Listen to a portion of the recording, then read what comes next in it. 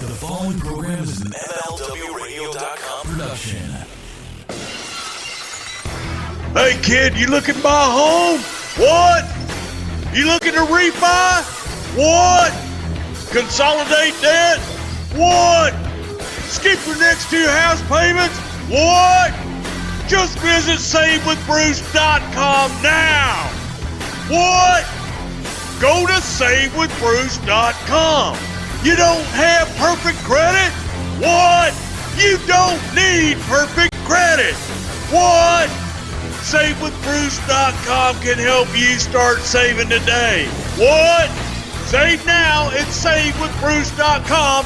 Do it now, because Bruce Prichard said so. Have you or someone you know been diagnosed with mesothelioma? You probably have many questions, such as, what should I do? Where can I get more information? RGT4Law.com can answer those questions and help you get the money you deserve. Call 855-RGT4Law or visit RGT4Law.com and fill out the simple form for a free consultation. Robert Taylor, RG Taylor II, PC and Associates, Houston, Texas. You good? I'm good. All right. Sound man, 3, 2, 1. You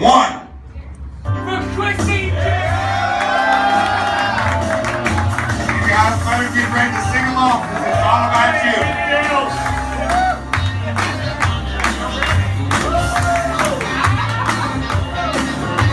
Spend my days working hard on the go, 'cause the hands on the clock keep spinning too slow.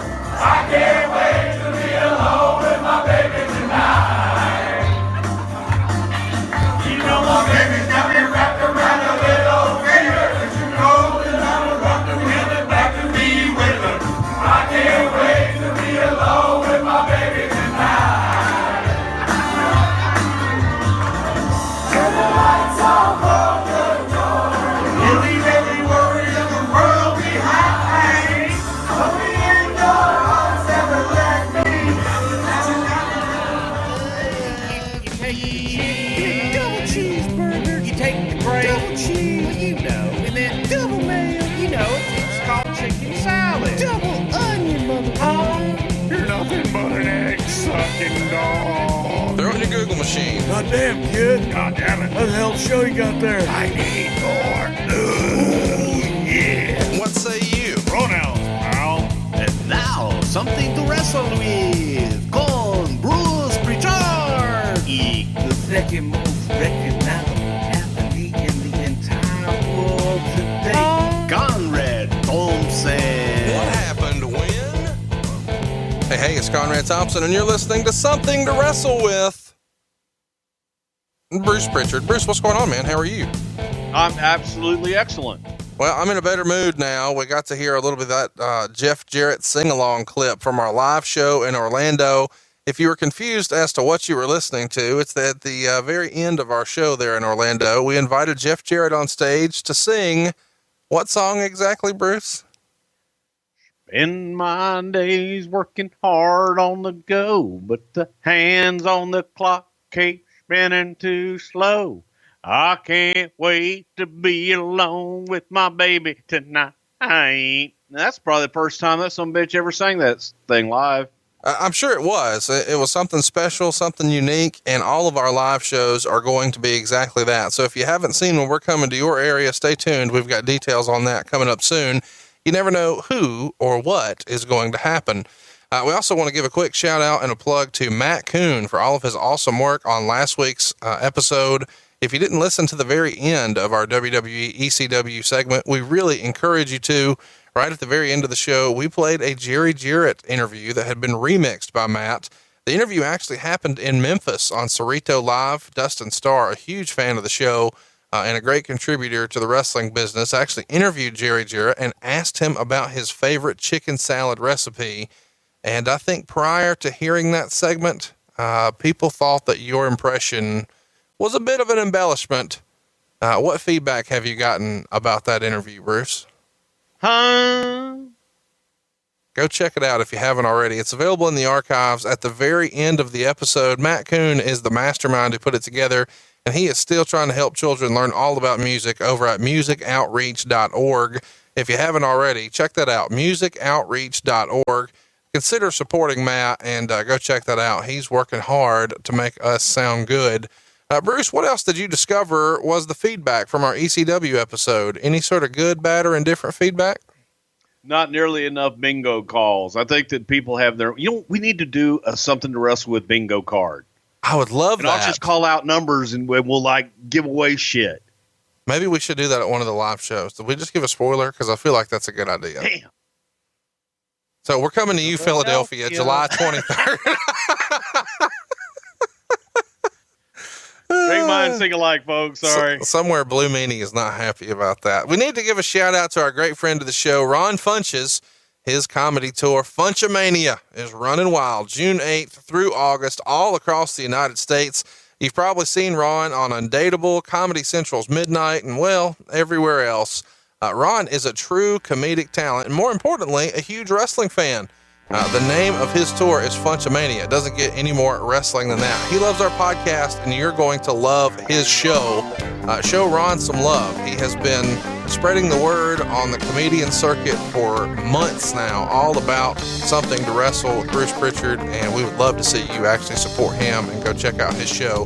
The only place to get tickets, ronfunches.com. That's ronfunches.com. Go see him. You won't be disappointed.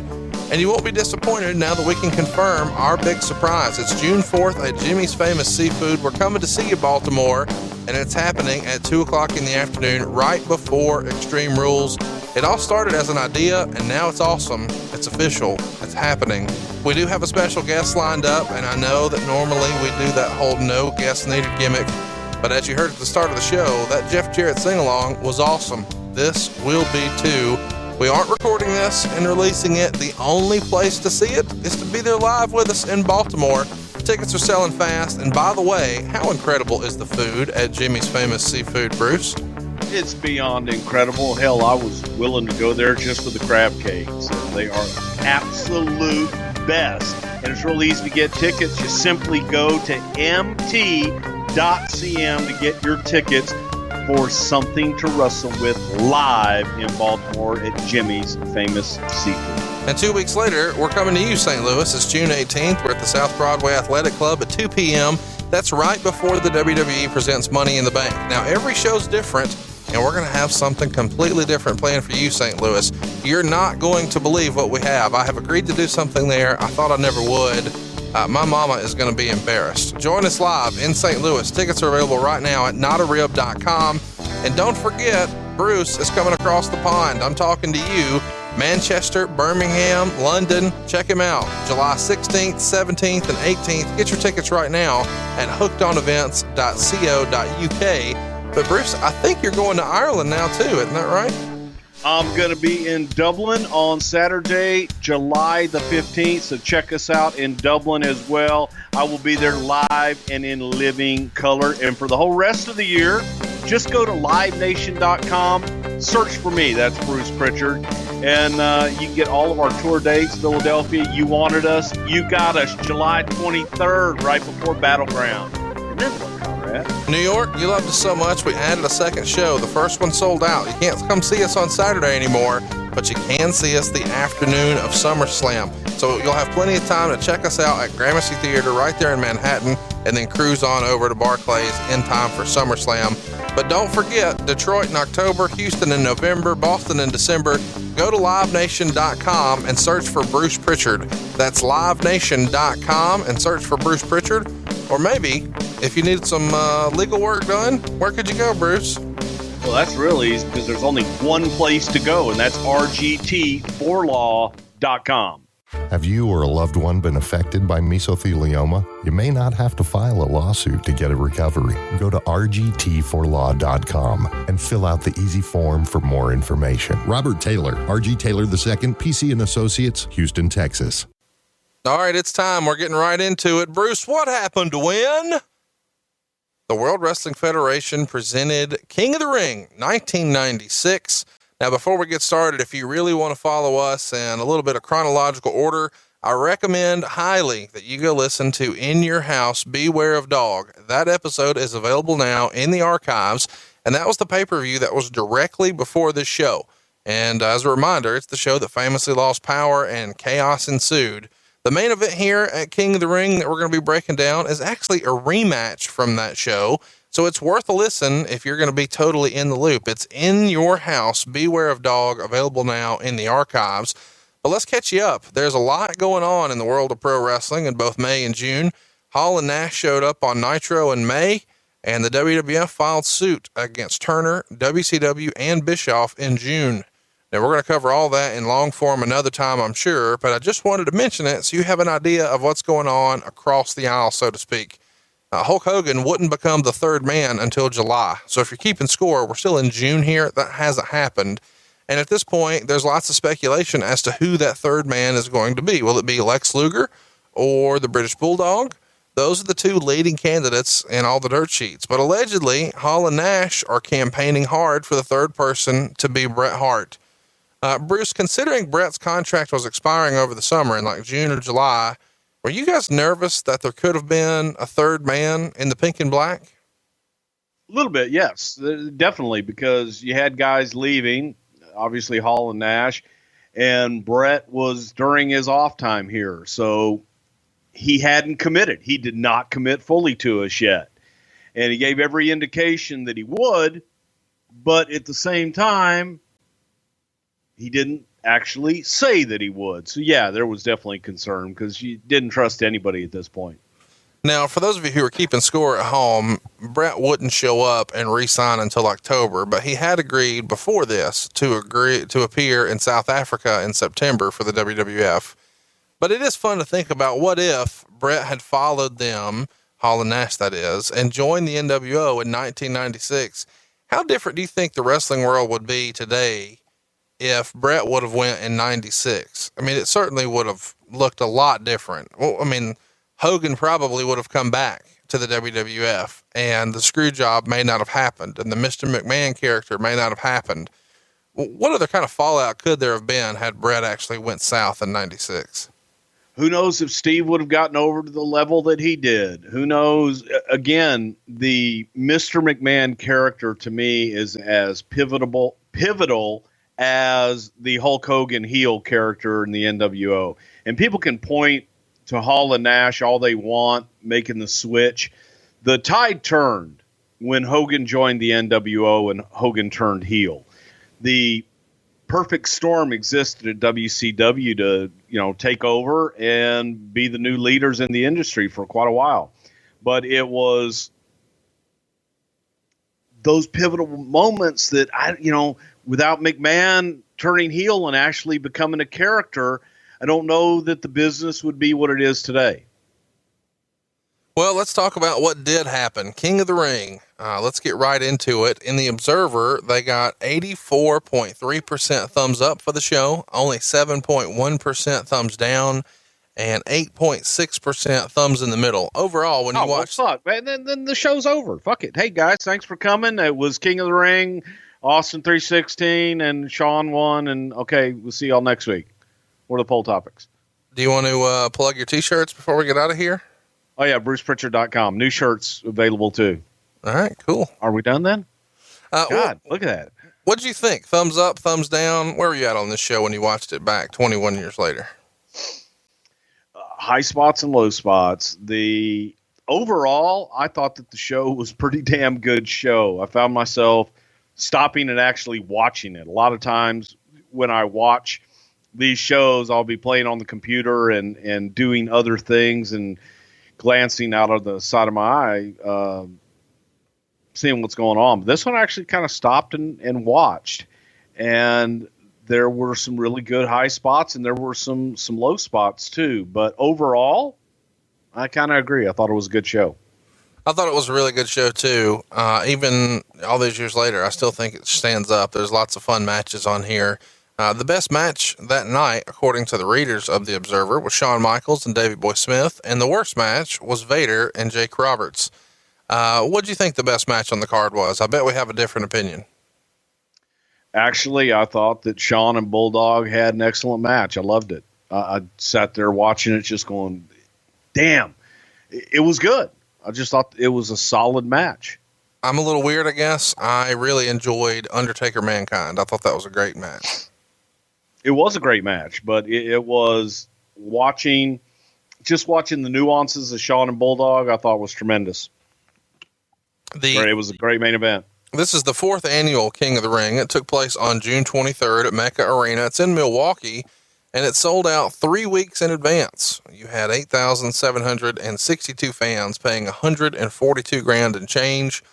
So I'm curious, Bruce, selling out 3 weeks in advance in 96, is this a welcome surprise, or by this point, business as usual? No, it's always a welcome surprise when you can sell out in advance. You like that. It's a nice advertisement to say, hey folks, we're coming. Sorry you can't be there with us, but enjoy it on pay-per-view.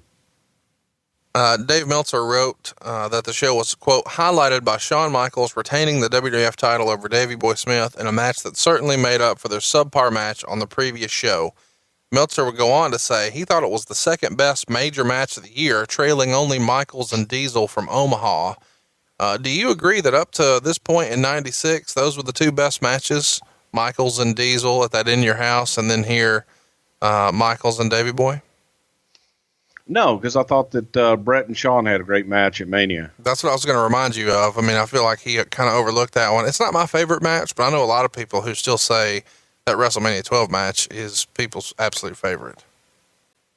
Yeah, come on. Yeah, how do you forget that? And here's your expert, your wrestling historian that forgets what I consider probably the best match of the year. I gave it 4 3/4 stars. I love you for that. So the actual show itself here starts with a package about the Ultimate Warrior and Jerry Lawler feud. And that's one of the things I found most interesting about this period in the WWF. It's an interesting time. You've got Shawn on top, Vader in the WWF, Bret on hiatus, Mankind is fresh on the scene, and Austin 316, man, it's about to change everything. But here, we're starting with Jerry Lawler and the Ultimate Warrior package, and that's opening the show. It feels like a very, and maybe the most transitional period in the history of the company. Would you agree with that, Bruce? One of them, but the thing that stuck out more than anything to me is Warrior wearing the baseball cap. I could not wait. wait. Fucking nuts. So look, for those of you who missed it, kind of catch everybody up and explain what we're talking about here, Bruce, because in that package, Warrior in this goofy baseball hat is all over it. And I know it's a pet peeve of yours. Well, it is because he's out there. He's Ultimate Warrior. He's got his hair all pulled back up and fluffed up and all this bullshit and wearing a baseball cap. That's not the Ultimate Warrior. The Ultimate Warrior is face paint, a maniac, and not a baseball cap wearing goof and a ponytail. Why did he wear a baseball cap and a ponytail? Because he was afraid of the hit with the painting that Lawler was going to give him. I feel like you're talking right now, like people listening, everyone listening has seen. Aren't they watching this right now? No. They know exactly what the fuck I'm talking about? Let's start over. This is right. Like I'm doing radio? Yeah, that's kind of what we're doing. I don't know if you realize that people are listening in their car right now. Oh, okay. No, there was an interview where Jerry Lawler had done a painting of the Ultimate Warrior. Lawler actually did do the painting, and it was a beautiful painting, and Lawler wanted to present it to Warrior, and Warrior kind of shit on it. But the angle was that Lawler takes the painting and bashes it over the Ultimate Warrior's head. Warrior, afraid of getting cut on the glass, wore a baseball cap. And that's where I just went fucking nuts on the baseball cap. Fuck him. And he didn't want to get glass in his hair. He didn't want to get cut. He was afraid of getting cut and didn't want to get glass in his hair and didn't want to get, was more fearful of an injury. Do you think some of that is because at the Royal Rumble, many years before, Macho Man lit that ass up with that scepter? Bummer. I mean, that's got to be what it is, right? Because didn't he cut Warrior's Good for head? the business, brother. Uh-huh. Yeah. Just take it, brother. You win them in the ring, you lose them in the ring. Uh-huh. If you're going to be a pussy, then go fucking somewhere else. Uh-huh. Yeah. Was that a real conversation they had? Probably, yeah. You don't want to be hit? Go work with Hogan again. Uh-huh. I'm going to hit you, brother. Just see. Yeah. Oh, I love this. He's allowed. The opening video refers to this as, quote, the greatest card ever in the history of King of the Ring. You agree? Oh, well, yeah. Going to go that way. Let's pigeonhole it. The greatest card ever in the history of King of the Ring in Milwaukee at the Mecca. How's that? A little better? To start the show, we see Owen Hart making his way to the ring. He's sporting a tuxedo and a cast here, and of course carrying his Slammy. He will join Vince McMahon and of course Jim Ross for commentary. And if you haven't watched this in a while, let me just tell you, Ross's tuxedo shirt here is about as 1996 as you can get. I'm curious, Bruce, how did Owen Hart go about getting the gig, and what was the general feedback for him after the show? I ask because he does some things that are hilarious, but not really stereotypical of a wrestling announcer. For example, he's really on Jake, saying he's not 41, he's 51. And he calls him an old timer and says something like, if he couldn't win a title 10 years ago, he shouldn't be in the ring now. I thought one of the rules of thumb in wrestling is to not talk about how old someone is. Was there any pushback on this or anything else that you remember Owen saying? No, as far as the age thing, that was the whole angle with Jake, talking about that he was in the twilight of his career. And you think about that, because that hit me tremendously this week watching it, talking about, oh my God, he's 41. What the hell is he doing competing in the ring? And then you think about the guys that were competing in the ring later on and the age. But 41's not that damn old. Hell, that's a young man. Absolutely, especially in wrestling now. You know, he was positioned as an old timer, and I want you to really appreciate, you know, when he's out there saying, oh, he's over the hill, he couldn't do anything 10 years ago. What business does he have in here now? He's elderly. It's worth mentioning that AJ Styles will turn 40 in a couple of weeks. And hasn't even really approached his best years yet. I'm just saying, a lot of people listening right now will go back and watch this tape and say, oh yeah, he is old. Well, he's exactly 1 year older than AJ Styles. Okay, but the years of AJ Styles and the years of Jake, they went through a few different things in those years. Yeah, you're Jake right. Because Jake lived his 41 years, my God. Jake had about 98 years of living in that 41-year-old body. Well, it's important to remember that more than a decade of AJ's 40 years, so 25% or more, were spent working for Dixie Carter. I mean, that'll age a brother, will it not? Boy, look, can you see me without my glasses on right now? I'm just saying, did you see Matt Hardy when he started TNA and then how haggard he was when he left? He was broken, and that's all Dixie. I'm just saying. Well, you know. Let's talk about the set here. Before we do that, I want to talk about Owen Hart. Well, how did Owen get the gig? Did you guys like test him out doing some other stuff, or do what you did with $1 Million Man at Royal Rumble 94, also available in the archives, and just say, hey, come in and do it? No, this was simply a one-off for the King of the Ring, Owen being a former King of the Ring and not having anything on the card itself to be able to spotlight Owen in a different way. I guess the question is, though, who had a lot of confidence that he could do this and do well, because he's filling in for Lawler, who obviously can't do it since he's in a match with Warrior. So who had confidence that Owen could kind of carry his weight here? I think we all did. And that was the other reason, was the fact that Lawler had a match and would not be doing commentary. Otherwise it would have been Lawler and we would have moved on, but it was simply a position on the card. Let's talk about the set. Who made the royalty props for you guys? I know in 97, y'all used AFX Studios in Atlanta, and Triple H hated the crown. But I've always been curious how over-the-top goofy some of this stuff is. Are these designs approved by Vince, or does he see them the day of for the first time? No, it's all approved ahead of time by Vince and the TV people. At this point, Richie Posner was probably involved and different set designers. When I said Triple H hated the crown, you started laughing. Oh, he hated that motherfucker. He destroyed it. We had probably 4 different crowns made that Triple H would destroy every night, that it would accidentally fall and he would accidentally stomp on it repeatedly, or it would get eaten by his dog, or something would happen every single time to that crown, to where finally it's like, Vince, These motherfuckers cost like a couple $100 to make every time that we do it. He ain't going to wear the crown. The crown looks goofy as shit. And it was like a fucking Pope crown. It's ridiculous. It was the silliest looking goddamn thing you ever saw in your life. And other than Jerry Lawler, I don't know anybody that can get away with wearing a crown beyond 1976. King Haku. Yeah, but that was a cool crown. And Savage, okay, I'll give it Savage too. But beyond that, okay, so don't fucking be throwing logic back at me, motherfucker. Okay, sorry. What did you think the odds of Stone Cold Steve Austin putting on this goofy fucking crown were? Oh, yeah, that wasn't happening. I watched this show for the first time in a long time this week, and I had a friend in the room who had never seen it. And when he knew that Austin won the King of the Ring, but he hadn't seen the actual show. And when he saw the crown and the scepter and the cape, he's like, please tell me he puts that on. Please tell me they made him put that on. I can't imagine what that conversation might sound like if Vince were trying to tell Austin to put that on. God damn, pal, you look regal. Fuck. There's a royalty walking. Look at that. The purple and the jewels. Stone Cold. God damn, that's hot. But you know, the other guy that made the King shit work was Booker T. King Booker.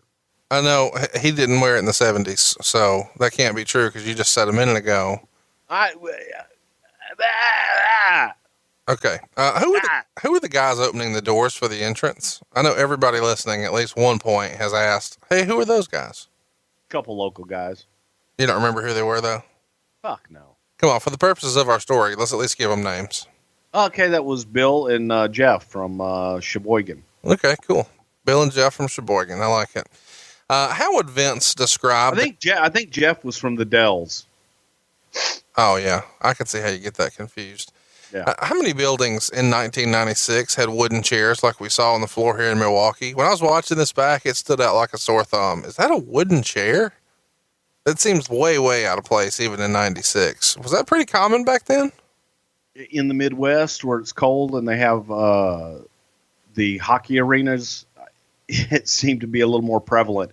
And in Buffalo, they had them too. I think, and this is strictly, I don't know if this is true or not. Maybe one of our historians out there can find out. But I do think that there is actually a method to the madness. That when they have an ice rink underneath and you put the metal chairs down, it's cold as fuck. But when you put the wooden chairs down, it's not as cold for the people sitting in them. Huh. For concerts and shit like that. So there you go. That's my theory. I just made it up just now, but I'm sticking with it. I think it makes sense. So fuck it. Yeah, that's why.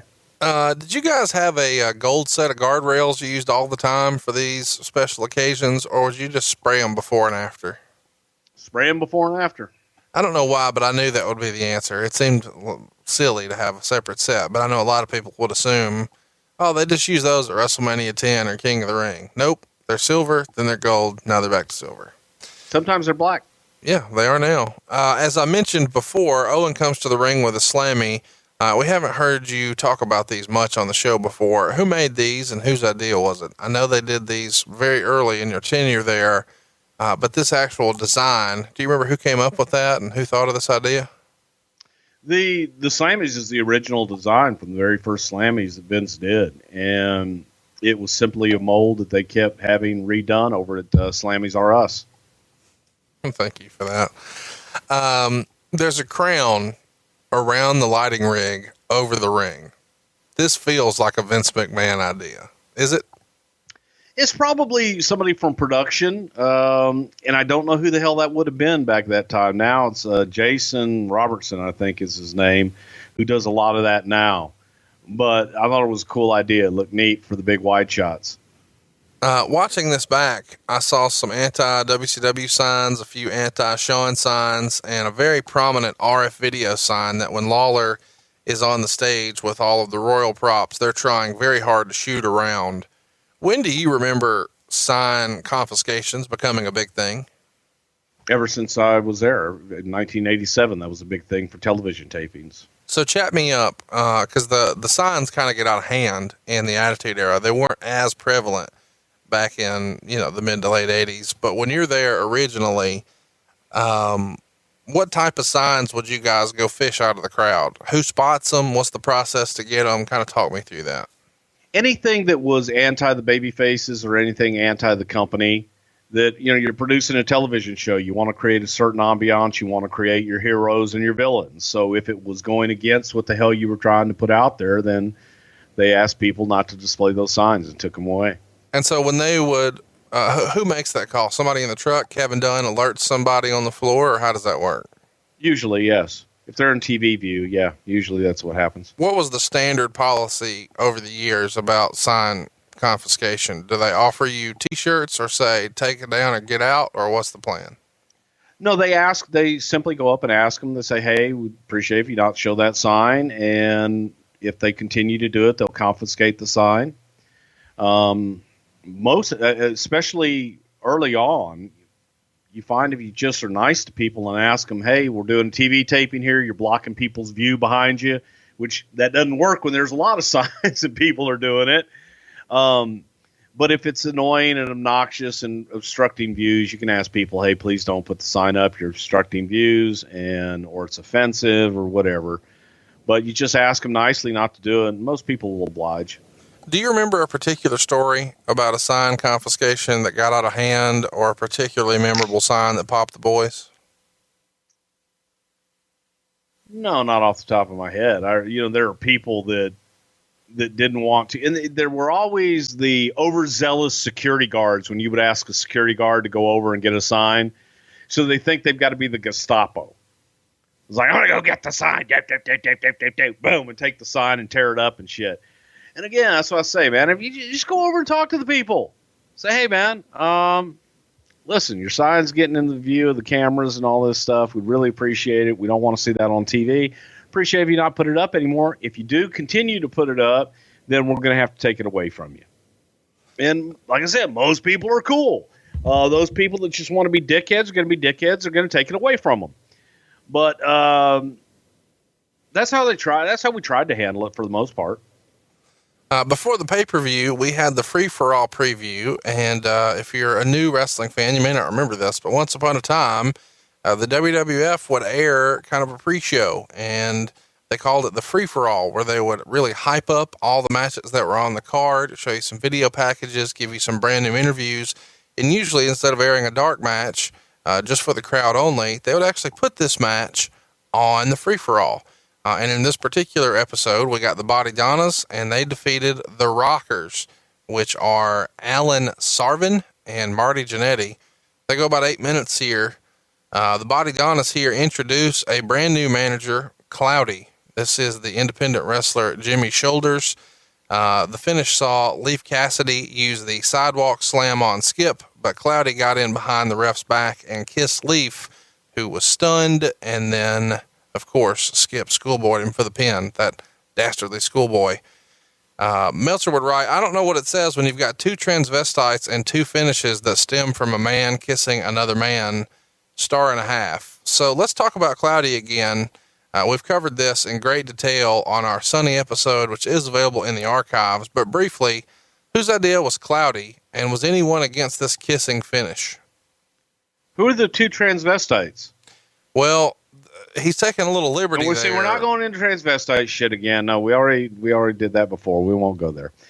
But you had Sunny. Sunny's no longer there. So now we got Cloudy. The anti-Sunny. Whose idea is this? Seems like a Vince's idea. Yeah. How was Leif Cassidy for this kissing finish? Fine. Leif Cassidy, of course, is the man being portrayed by Alan Sarvin. It's not a name we hear very often. Is this the type of guy who would have a busted taillight on his car? Oh man, he's a damn criminal, and driving with a broken taillight is not the smarter choice. You know, it's just simply not. But you know what is? What is? DollarShaveClub.com is. Come on, man. These guys are awesome. With Dollar Shave Club, you get a great shave at a great price, conveniently delivered right to your door. Dude, it is an awesome life hack, and it's a no-brainer choice. You don't have to worry about schlepping to the store, spend a fortune on razors with gimmicky shaving tech that you just don't need. You know, when I use my Dollar Shave Club executive razor with my favorite Dr. Carver shave butter, the blade just gently glides, giving me such a smooth shave. I've even got my son using the Dr. Carver shave butter. It's transparent for a more precise shave, and it helps prevent those damn ingrown hairs, and it fights razor bumps. Now you too can make the smarter choice by joining Dollar Shave Club. For a limited time, new members get their first month of executive razors with a tube of the Dr. Carver shave butter for only $5 with free shipping. After that, razors are just a few bucks a month. That's a $15 value for only $5. And in your first month box, you get an awesome weighty handle, a full cassette of 4 cartridges, and again, my favorite, a tube of Dr. Carver shave butter. After your first month, replacement cartridges ship automatically at the regular price. There's no hidden fees, no commitments. You can cancel at any time that you want to. You can only get this offer exclusively at dollarshaveclub.com/wrestle. That's dollarshaveclub.com/wrestle. I should tell you, Bruce, I know that that's kind of the end of our commercial, but I just want to mention right now that I got my dad some Dollar Shave Club subscription action going, and he was not necessarily sold on the ideal of mail order razors, but then once he used Dr. Carver shave butter, he's in. So, and Larry, I got to tell you, I shaved with my son the other day. You shaved your son? No, I shaved with my son, and I made him use the Dr. Carver's shave butter, and now he steals it from me. It's good stuff. I don't know that I'd recommend shaving your kids, but it's good stuff. Well, sometimes when they get hairy, it works. Ooh. Let's move along. Steve Austin would pin Mark Merrow in just under 17 minutes in the very first King of the Ring semifinal on the show. There was a big Sable chant early on the show, and Owen said, quote, "Austin didn't bring a hose bag to the ring." Any memories of that line or feedback? It's got to be a first to say hose bag on WWF programming, right? Probably not, but maybe at that day and time, it might not have been the most appropriate choice of words and descriptors. He also says something like, this is Owen we're talking about, "Since when does a girl become a good manager?" Now, I don't know why, but that made me laugh. Owen was maybe more inappropriate than we could be in 2017, but I thought he was hilarious on this show. When you guys saw what talent he had here, I know you would ask him to go ahead and call the South African tour later in September. And that match is on the Hidden Gems section of the network if you'd like to see Stone Cold Steve Austin take on Bret Hart. It's an underrated match, and Austin actually has to wear pink wrist tape because he's lost his wrist tape. And Owen's doing commentary. It's good stuff. Why didn't y'all do him on commentary more after this, do you think? Well, because he was a worker. He was wrestling all the time. This was simply an opportunity to use him and do something a little bit different with him. But he was... I thought Owen was great here. He's a smart ass in the back and did commentary in the back. And usually those guys do well when you stick them out with a mic in front of them. Do you think, had things been different, that him being an announcer could have been, he could have been like the new Jerry Lawler, so to speak? Oh, definitely. Yes. On the way to this match, Austin has to beat Bob Holly on Superstars and Savio Vega on Raw. That Raw is just a few days prior to this, in the same week, and this is the show where Austin debuts the new finisher. Bruce, do you remember how this finisher came about? Obviously, when DiBiase was here, he was using the $1 Million Dream, but with Ted gone, how did the stunner come to be, at least from your recollection? I think it was a combination of Jake the Snake Roberts and Michael Hayes, who helped him come up with the stunner and came up with that idea. Just something different that he can hit on anybody and everybody. And I think I want to say it was Jake. Do you think Jake is the person who suggests kick him in the stomach to cause him to lean over, similar to the way Jake used to have a move that would kind of set up the DDT? Everybody knows it was the short arm clothesline, and that's what he would use to set up the DDT. Do you think the kick to the stomach was Jake's kind of garnish on there to tease. Okay, if he kicks him in the stomach and they lean over, you know that's coming. Do you think that's a Jake idea? Probably so. Jake had Austin as a project at that time, and Jake is responsible in a great many ways. I was going to talk about it when we get to the match, as far as Austin getting over to the extent that he did. Well, before Austin ever stunned anyone, Johnny Ace had used the Ace Crusher over in Japan, and Diamond Dallas Page was using the Diamond Cutter in WCW. And Triple H even tried the Diamond Cutter as a finish before DDP called him and asked him not to do it. So Triple H instead switched to the pedigree. And each of these guys would try to convince you that their variation of the move was different. Hypothetically speaking, Bruce, how would Johnny Ace describe the differences between the Ace Crusher and the Stone Cold Stunner? Mine was in Japan. 6 stars. 6 stars. On Miro's way to this match, he had to beat Skip of the Body Donnas, and then, of course, Owen Hart. We've talked about Owen a lot on our Owen Hart episode, also available in the archives, but I want you to chat me up about his cast here. How long was this an injury before it became a gimmick? You got a guy with an injured arm in a cast. God damn, it's a natural. Absolutely. Mean, as soon as you got a cast, it's a gimmick if you're a heel, and he's a heel. I guess what I'm asking is, how much longer would you estimate he wore it just for working purposes as opposed to rehabilitation purposes? Probably when it got to the point of Vader Stinky. And then it was time to come off. Then it comes off, yeah. Once you reach, there's Stink, then there's Stinky, then there's Vader Stinky. When you get to Vader Stinky and the shit walks on its own, time to go. New gimmick. That should be like a laundry detergent commercial, don't you think? Without a doubt. Do your clothes stink? Are they really stinky? Or are they Vader Stinky? There you go. Eliminate Vader Stinky by...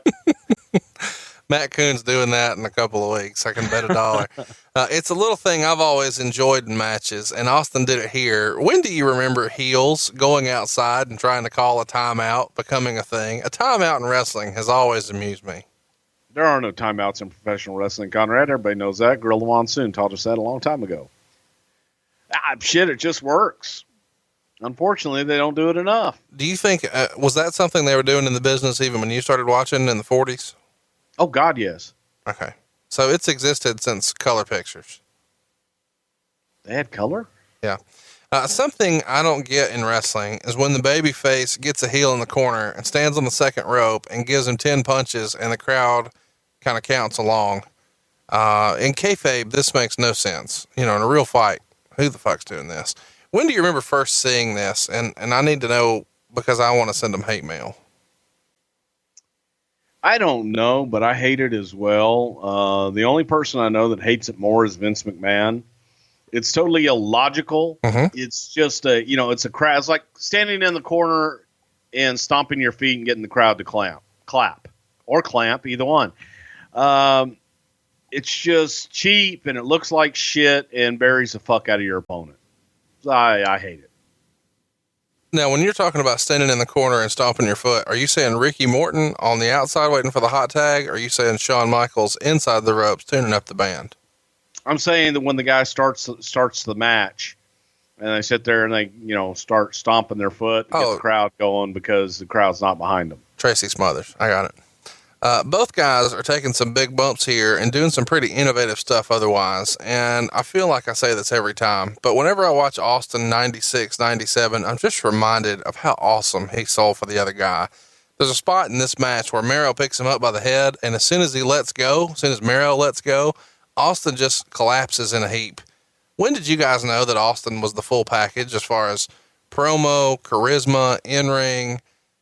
This show really, to me, solidifies him as a superstar, and not just because he won, because of his promo, his in-ring. I mean, this shows you everything he can do.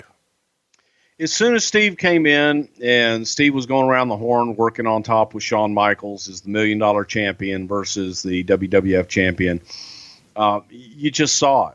He's just so damn good. And that was before the neck injury. He was just great. He really was. He was a top guy when he came in.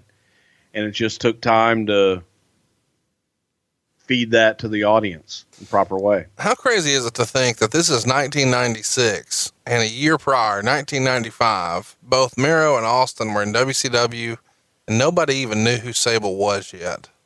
How quickly was wrestling changing in 1996? Marco!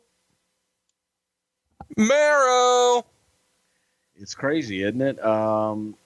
Yeah, and he was Johnny B. Bad. So everything was changing. You know, a year before that, you had Diesel and Razor. Yeah. And now you got Hall and Nash. So the business itself was evolving, and it was evolving quickly. 2 years prior to this, you were working high school gyms. Now you're selling out Milwaukee. In the Mecca. This was the best King of the Ring card in the Mecca in June ever. Wouldn't you agree? Especially in 96. At one point, Miro kicked Austin in the mouth accidentally and busted his mouth open pretty good. They would later say it required 16 stitches in his mouth and tongue. And of course, he got stitched up between matches. We'll talk about that in a minute. Despite that, these guys still go on to have a pretty hot opening match before Austin got the pin using what Meltzer called, quote, his Stone Cold Stunner, which is basically the same move as the Diamond Cutter or Ace Crusher. Great effort by both wrestlers, 3 3/4 stars. Bruce, you watched this match again recently. What did you think of the match? I thought that Mero was blown up about 5 minutes into it. And you really hate this guy, don't you? Actually, I don't. I think Mark's a hell of a nice guy. I just was so underwhelmed when the bell rang. I thought it was a good match, man. I think it's probably Mero's best match in the WWE. Can you think of a better one? No. So this is his best one. But also, yeah, I mean, the deal with Steve's lip came with a headbutt off of the ropes when Mero came off of the ropes backwards, bashed his head into Steve's face, and that's where the initial cut came from. But it was ugly. But no, the match was good. I just, I guess I pick on Mark Mero. Austin in his book, I like Mark personally. We're not talking about that. We're talking about his TV character. We're not burying guys individually. I will if you want me to. Just Jerry Jarrett, I think. Austin wrote in his book that it was a kick, that Mero kicked him in the mouth, and that's what did it. I think it was a shot off the, watching it back, because I was looking for it. It looked like the shot off of the corner rope where Mero hit him with his head, and that's when Austin came up with the blood for the first time. So if you're listening and you enjoy Stone Cold's podcast, please tweet Stone Cold and say that Bruce Prichard called you a liar. Don't tag me. But Bruce's handle is at Bruce Prichard. You know, I'm gonna get the SCSA fucking thing come up on my phone. Goddamn kid, what the fuck? You kicked me in the goddamn teeth. Well, I mean, I told you what he wrote in his book, and you were like, "No, it was his head." He doesn't know. No. It was his mouth. The foot hit him. I said I watched the goddamn thing, and when Mero came off of the fucking top rope and headbutted him, basically coming back, hit him in the head, and Steve came up with a bloody fucking mouth. Steve doesn't know. Okay. Thank you. That's what I needed. Steve don't know when he got fucking busted open, 16 stitches, changed his goddamn career. So he comes back through the curtain, bloody mouth, mangled, in fact. Did you talk to Steve before he went back out? Or, I mean, did you see him when he was mangled backstage like this and they're trying to put Humpty Dumpty back together again? Yeah, man, you can see a great shot of it when Steve's walking back from the ring. You just see his lip kind of hanging there. It was gross. Tell me about calling the audible for his medical care and still keeping him in the tournament. Was there ever any consideration that we need to replace him and do something different? Or was the thought always, we can stitch it up and go? Was anybody trying to push one way or another? No, and I think that it was Steve's call to, fuck this. He wasn't going to miss anything. But there was time to get it stitched up and get him, Humpty Dumpty put back together. So let's go ahead and clear the air once and for all. Lots of people still debate this to this day. Is at a medical facility nearby or in the back? At a medical facility nearby. Steve says it happened in the back. So tweet Steve Austin and tell him that Bruce Prichard says you're a liar. Did we say that it was a goddamn medical facility nearby? No, I think he actually named the hospital. Okay, well then let's go with that. No, he got stitched up backstage. Who does the stitching and why is it Pat Patterson? What? Hypothetically, if Pat Patterson was going to stitch up Stone Cold Steve Austin, what might that sound like? Can you give me nothing? Fucking a little bit of super glue, you be fine. Go back out there. Do the thing you do with the Stever, the Steve thing, stun. You know, at a case, at a chase. I wonder if he would make stitches plural or if he would just have stitch singular. No, he had to get 16 stitch. It's worth mentioning that this is Mark Mero's first loss in the WWF, but he would go on to win the Intercontinental title that fall. Hypothetically, what could the crowd have chanted to Mero on his way to the back to kind of cheer him up? Marco! Mero! Next up, we get a really strange promo from Jake Roberts, and he's talking about how his soul was purchased by the blood of the lamb, but then immediately says, if I was going to rob a bank, I wouldn't go in the front door. I don't know why, but this just cracked me up. How inconsistent is this that we're doing a religious promo and then we're talking about robbing banks and the sentences damn near touch each other? Is there an agent over this? Or at this point, you know, Jake kind of is an agent. Is he just doing what he wants and he doesn't see that this is inconsistent? So what we're saying is that Jake would go in the back door. Careful, Tiger. How was Jake's newfound faith received by the office and the boys? Because there's lots of times where you hear guys in wrestling kind of discount when a guy turns over a new leaf and finds Jesus and says, oh, he's just working a gimmick. Oh, it's an angle.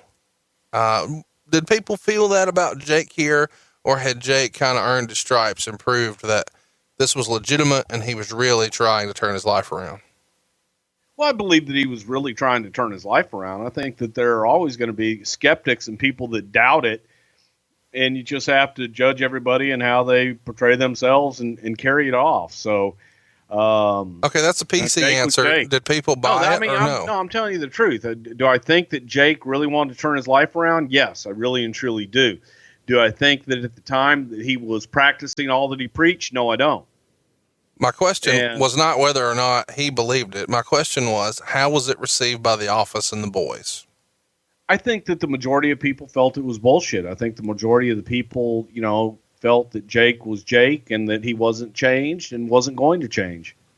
Do you have any fun snake stories about the yellow snake? Because he's using the yellow snake a lot during this run, but not on this particular show. And there's been some stories that have come out over the years that maybe Jake wasn't always the best snake handler, so to speak. No, he wasn't. But at this time, we were using an animal services guy. Basically, yes. And we would try and get snakes in the areas that we were to use them, so that we didn't have to carry the snakes around all the time and be responsible for it. So you would try and find snakes in the area and rent them. You know, you just go rent a snake. So Snakes are us. Let me run through this. And they didn't have no white snakes are us in the Mecca. So we had to go with, well, goddamn, what kind of snakes y'all got? Well, all right, y'all got them brown, kind of greenish, snaky looking snakes. Well, give us one of them. Y'all ain't got none of them yellow albino snakes? Well, fuck. You give us what you got then. Is it a big snake? Well, how big is it? Well, that's too big. Y'all ain't smaller snake. Got like a medium-sized snake? Here's what I like. I like when it comes to guys to open the doors for the entrance for the King of the Ring or the snakes. You're like, oh, it's just a local. Like, it was a local snake. It was a Milwaukee snake. The local promoter had to find, like, we need 30 guys to set up chairs. We need 2 guys to open the doors. We need a snake. Oh shit. You know what? You laugh. You're going to fucking laugh at this. But this is the shit. When the Sheik, the original Sheik, used to come to Houston, we used to get him a snake. Not the Iron Sheik, the Sheik from Detroit. Yes. Sabu's uncle. Yeah. The original. And we used to get him a snake. And I believe that the name of the place was Reptiles Are Us. Reptiles Are Us. Yeah. So you laugh at my goddamn. There are a lot of places out there. You know, there's there anything in there. Snakes are us. What kind of snakes they got? When Jake comes back for this run, he's not exactly the svelte Jake Roberts we might remember from '87, and he's coming back with a shirt vest type deal as part of his gear. His idea or Vince's to wear that? Yep. Was his? Both. Okay. Both. I never really noticed just how big the lifts in Jake's boots were until I watched this show back this week. But if he were a girl, these boots would have been called wedges because homie is like 6 inches off the ground. I'm going to reach here. If Jake were a dancer at a Hispanic gentleman's club, what would it sound like when they introduced that he was coming to the stage? On stage uno, Jake Henakanda Roberts. Stage 2, Yolanda, you are next. Let's talk about how we get to this match. Vader got the win over Ahmed Johnson when Owen Hart knocked him out with his cast. That too was Ahmed's first loss in the WWF. Bruce, what was it about guys going undefeated for months and then finally losing, but then winning the Intercontinental title seemingly right after? It happened with both Mero and Ahmed in '96. So it seems like a creative staple of someone, who really liked the idea of let's beat the streak and make it believable that they're going to lose. Then let's let them challenge for the title, but win it. So they have an air of, being beatable. No, everybody loses, and I don't think that there's ever an idea of, this guy's going to have a long streak. They got to lose sometime. Everybody has to lose sometime. Why did Vader get a bye in the King of the Ring? And don't say because Vince wanted him to.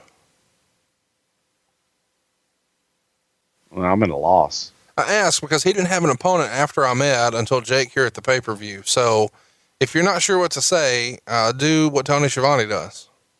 It was a booking committee. I was on the booking committee. Oh yeah. Oh God, that doesn't work. On his way here, Jake Roberts had to beat Hunter Hearst Helmsley and Justin Hawk Bradshaw. Was losing to Jake part of Triple H's punishment for the curtain call? Yes, sir. As a reminder, Hunter got squashed by the Warrior at WrestleMania 12 and then lost to Jake in this tournament. So not a banner year so far for Triple H, that he would one day become, but he turned it around in the fall. Jake Roberts actually gets a win over Vader here by DQ in about 3.5 minutes. Vader jumps on Roberts early and just pounds on him. Eventually Roberts hits the DDT, and on the way down, Vader pushes the ref, and the ref goes down in what Meltzer called a very unconvincing spot. The ref immediately calls for the DQ, and the finish was supposed to be more convincing according to Meltzer. But he says it was a weak finish either way. After the match, Vader attacked Roberts and gave him a Vader bomb, with the storyline being that he has now damaged Jake Roberts' ribs.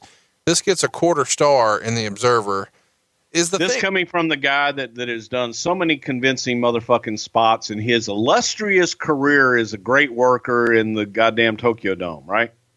Is the thinking here, let's get Vader over like a monster, but we don't want him to advance and dominate, but be a dirty heel instead and have it cost him the match?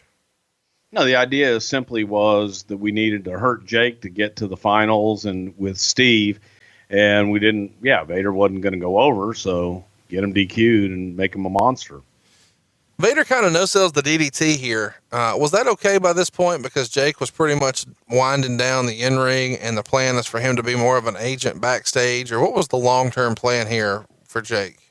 Well, Jake was coming in and he was being an agent, being trained to be an agent at the time. He was helping us write TV. That was the long-term plan. Vader not selling it is probably just more of Vader being Vader. Okay.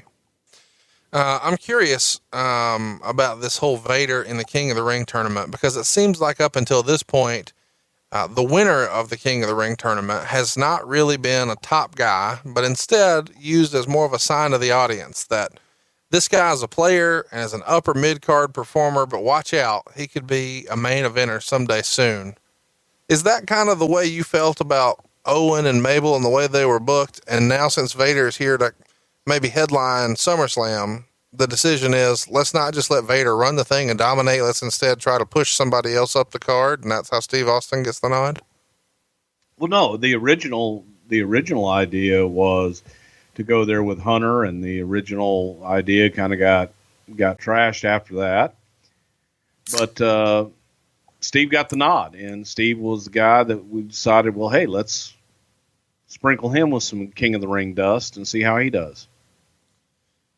Do you remember anybody specifically when the Hunter stuff happens campaigning for Vader to be King of the Ring, or is everybody in agreement that it needs to be Austin?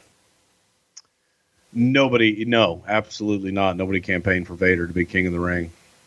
The idea at that time was still to kind of move forward with Vader and Shawn. On the network, we get a Coliseum home video exclusive of Cornette and Vader. They're both flipping out backstage.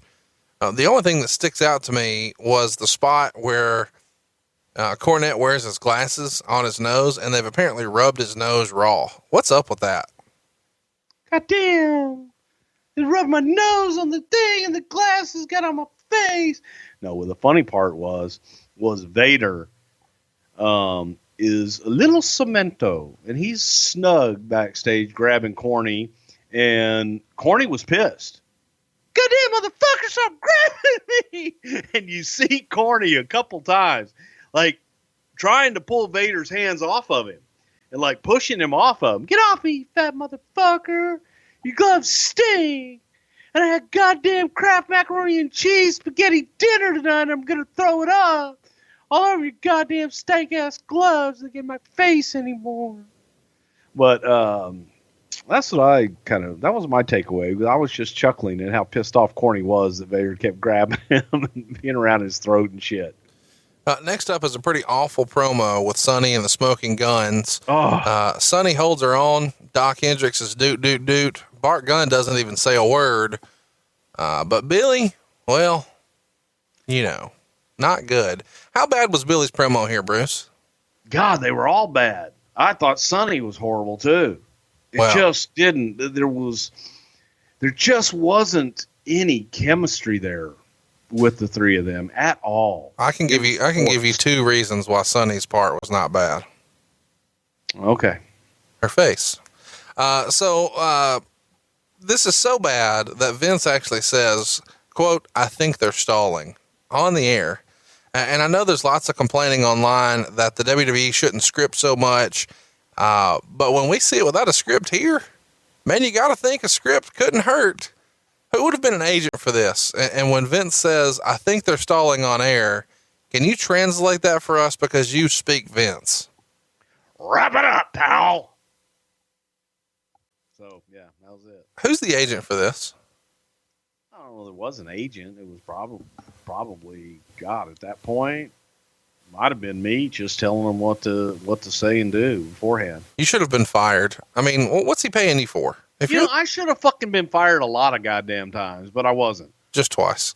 Next up, Smoking Guns retain the tag titles against the Godwins. They go about 10 minutes. Meltzer would write, basically no heat at all, except for the reactions to Sonny.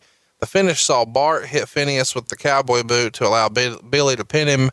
Star and a quarter. What did you think of this match, Bruce? This is maybe my least favorite match on the card. What did you think? Well, I'd have to say this is one that I was thankful that the bell rang at the end of this match. At some point in the match, we go to a package backstage and we see Cloudy, and she finishes her segment by blowing a kiss to JR. I need you to admit clearly for the record, that was a rib. No, absolutely not. And the funny part about it was they cut off a Cloudy in the back before she was done, before she got her last little line in about blowing the kiss, and Vince or JR or whoever the hell it was blew the finish and got out of it too soon. So somebody blew Cloudy, you're saying? No, they blew the cue. They blew Cloudy's cue. Yes. Okay. Were you a fan of Cloudy's package backstage here? No, sir. Next up, we see a backstage interview with Cornette, Clarence Mason, the Bulldog, and Mr. Perfect in the background. And the tease is that Perfect is in the heel locker room, but he's supposed to be an impartial referee in our main event with Bulldog and Shawn Michaels. Bulldog explains that he's in this locker room because he'd get his wallet stolen if he dressed where Shawn was. What stuck out the most to me about this was two things, I guess. One, how useless Clarence Mason was. He literally does nothing. Did Clarence Mason contribute to this show at all? He wrote writs. He what? He wrote writs. I'm sorry. A writ. It's a legal term. He's a lawyer. No, I'm with you on that, but what was he doing on the show? He was there with Cornette and Bulldog. Standing. They were having legal proceedings. Yes, he stood very well, too. What's it pay to just go to the show and stand? Back in those days? Yeah. It depended. Does it have a comment in it? Yeah, maybe. Pay-per-view. He got $1,000 to stand there? For a pay-per-view, why not? Well, a lot of people listening line up to stand. The other thing I liked about this was Cornette's promo, where he referenced his great friend Dick Murdoch, who had just passed away from a stroke. Would he have had to get a name drop like that approved by anybody in '96, or Vince didn't care? No, not for Dick Murdoch. Next up, we see the Sega Saturn WWF blimp flying around the inside of the arena. I've always loved these little blimps inside the arena. This one's sponsored by Sega Saturn. Bruce, I'm curious, what was your favorite Sega Saturn game and why was it Battle Monsters? Hedgehog.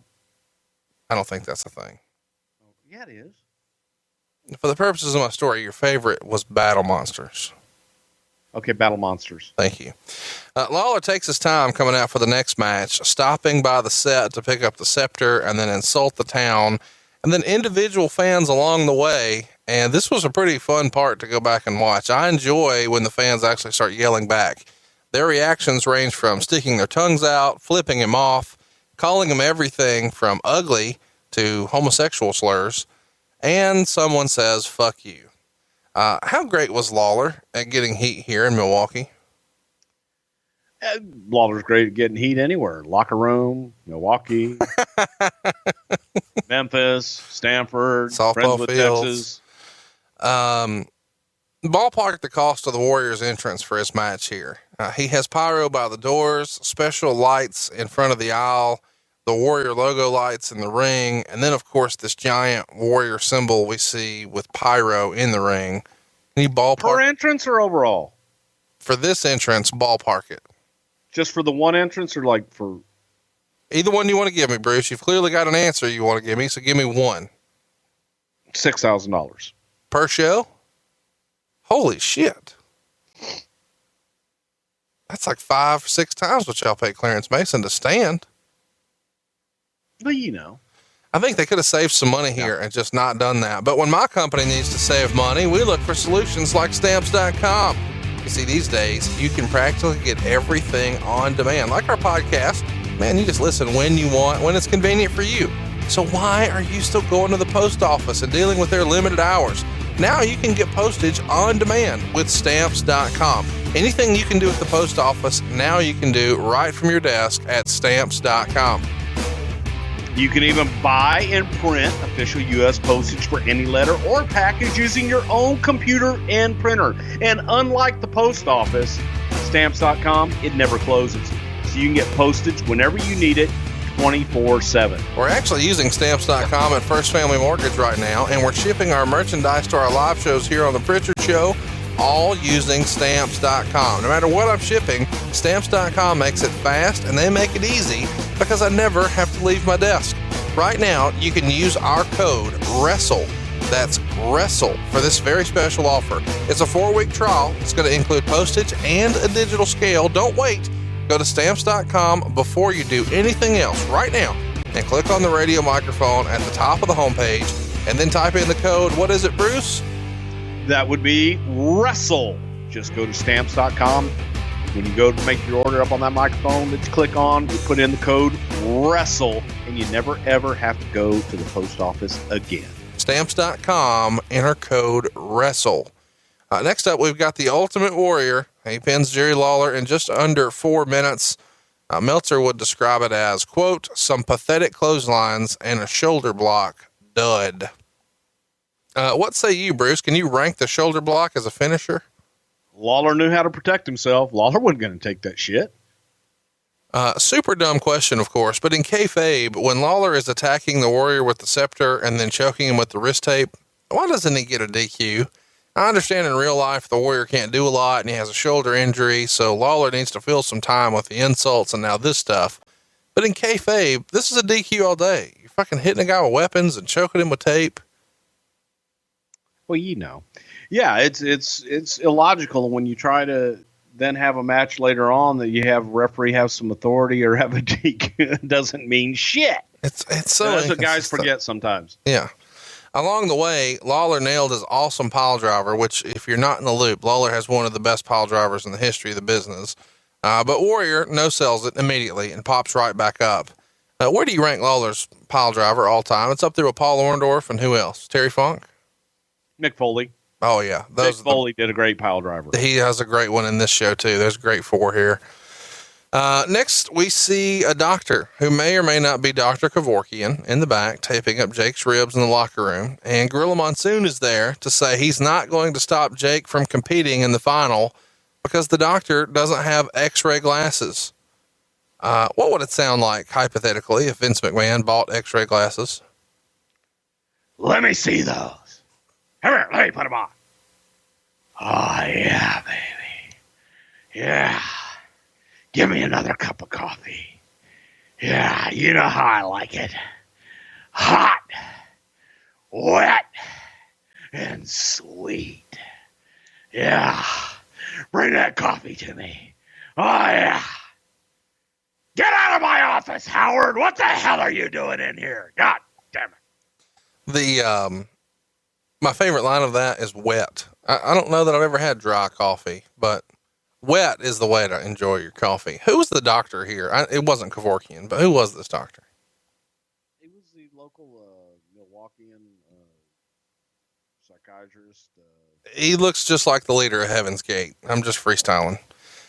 We see the hype video for the Mankind Undertaker match next, and I just love this. They had this one bit they show where the Undertaker was on the outside of the ring and Mankind is hiding under the ring and grabs onto his leg, not letting him climb into the ring, causing the Undertaker to lose by count out. Just awesome stuff.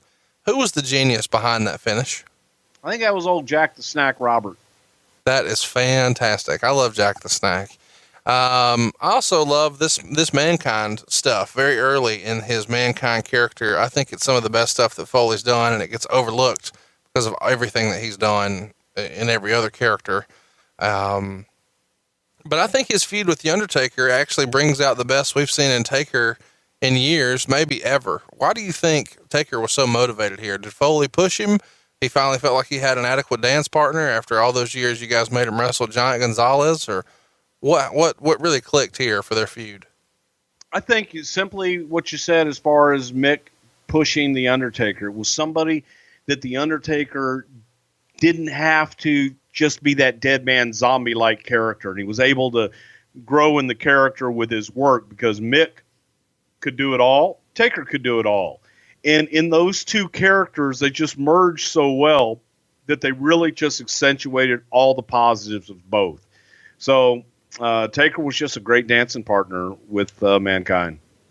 The opening sequence of the match has Undertaker get Mankind in the corner and start throwing a series of big right hands fast and furious. And that sequence has made like every highlight package for years after this. If you haven't seen this match, I encourage you to go watch it. I loved it. And while you're looking for wrestling videos, let me recommend that you go subscribe to the Go Pro Wrestling YouTube channel. It's hosted by my personal friend, Andrew. He's been listening to our show since the very first episode, and now he's out here doing exclusive interviews with the superstars of wrestling. It all happens on his YouTube page. Turn on your notifications, and you'll be alerted when the new content goes up, and that happens every single week. They've got some fun stuff up there right now, including a very uncomfortable interview with Billy Gunn. You've just got to see. It was a pretty fun deal. Go check it out right now and subscribe. It's youtube.com/GoPro Wrestling. That's youtube.com, Go Pro Wrestling. I actually met Andrew about 4 years ago when I bought a really rare Andre the Giant poster from him for my personal collection. This dude has like a warehouse of stuff. He's a super fan. Anyway, he's going to give away some stuff that he's got for free. All you've got to do is subscribe for free before June 1st and then email him. It's goprowrestling@gmail.com and include your YouTube ID.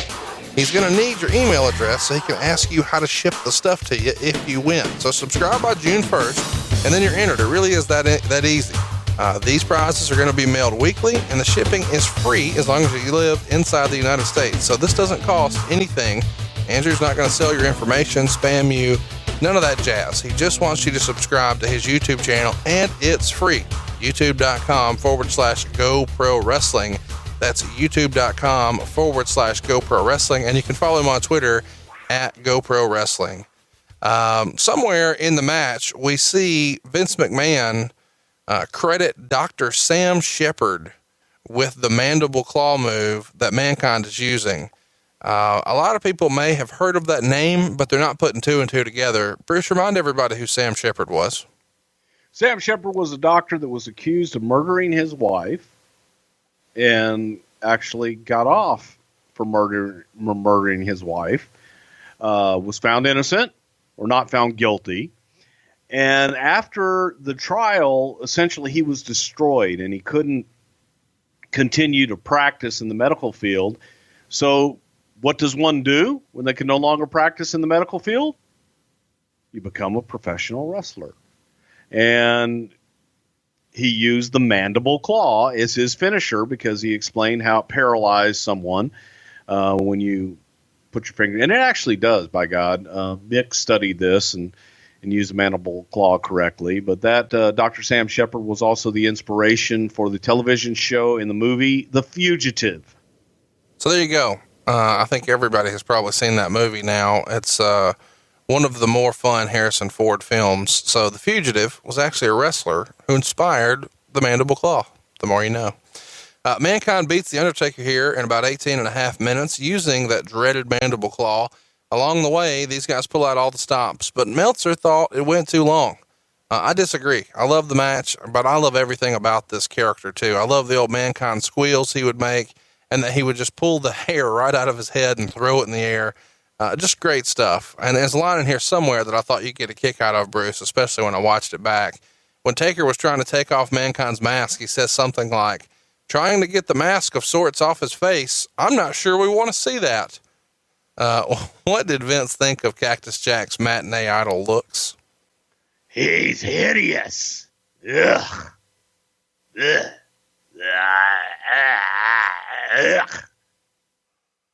Mankind pulls out all the stops here. An elbow off the apron onto the floor. Taker kicks a chair into his face. He backdrops him onto the floor, onto a chair. We get a chair shot to the back, a chair shot to the head. And then at one point, Mankind runs all the way around the ring to build up some momentum and then knees the Undertaker in the face right into the steps at full speed. We have that great pile driver we talked about earlier, but he can't get the pin. So he gets the urn from Paul Bearer. Eventually, Paul wrestles it back from him. And finally, Bearer goes to hit Mankind with the urn, but he moves and it hits the Undertaker. The classic wrestling finish. Mankind then uses his mandible claw and gets the submission win. And Meltzer wrote, quote, fans were basically shocked by the finish. It's gutsy to have a babyface icon lose in such convincing fashion, especially a strong gimmick guy. But when they did it at WrestleMania 10 with Brett and Owen, it led to some rematches that drew the biggest houses in a long time, 3 1/4 star. I loved it. What did you think? And was there any sort of conventional thinking that said, hey, the babyface can't lose like this? Or was everybody on board with pushing Mankind this direction? Everybody was on board. And even probably the biggest person on board was The Undertaker, feeling that it just led credibility to that Mankind character to beat him convincingly and give Undertaker an obstacle to overcome. So it made sense. It was a way to just solidify that Mankind character and also, like I said, give Undertaker something to fight for. And it's not often that you have that strong of a babyface character having to fight from underneath and overcome. So I thought it worked great. I thought it was interesting that Owen Hart on commentary basically called the angle from SummerSlam before it happened, saying Paul Bearer didn't accidentally hit the Undertaker with the urn. He knew Mankind was the better man. He was tired of the Undertaker. Was there any heat on Owen for guessing that, or was that even the plan at this point? No, there's no heat. He was fed that probably. Next up, we see a Shawn Michaels interview, and he has on the world's largest earring and looks ridiculous. Who handled Shawn's wardrobe here? Shawn. So he made his own gear? Yeah. By hand. He's in the back with a goddamn singer. No, it was one of them fancy ones. I don't know if it was a singer. Like a Toshiba? Yeah, like a Toshiba. And he got there, they got the little needle and shit going. Julie Youngberg, one of the seamstresses, did all of Shawn's stuff. But I think Shawn handled his own earrings. Next up, we have everyone's favorite, Ahmed Johnson. The build for this Googly boogly. we covered on the In Your House Beware of Dog show, but the gist is that Goldust tried to give CPR to Ahmed, and that humiliated and embarrassed him. So he's out for revenge and wants Goldust's IC title. Now, in real life, Bruce, Goldust had hurt his knee here and was probably needing some time off the road. Is that right? Yeah, and he was burnt too, but he was injured and burnt as well. So this was designed to give him a little away time.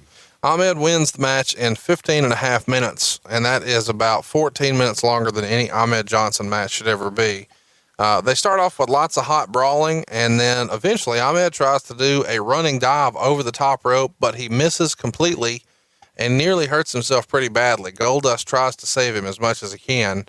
Were you watching this on a monitor in the back? And what did you think of Ahmed trying to do a suicide dive like this? You're bringing this up on purpose, aren't you? No.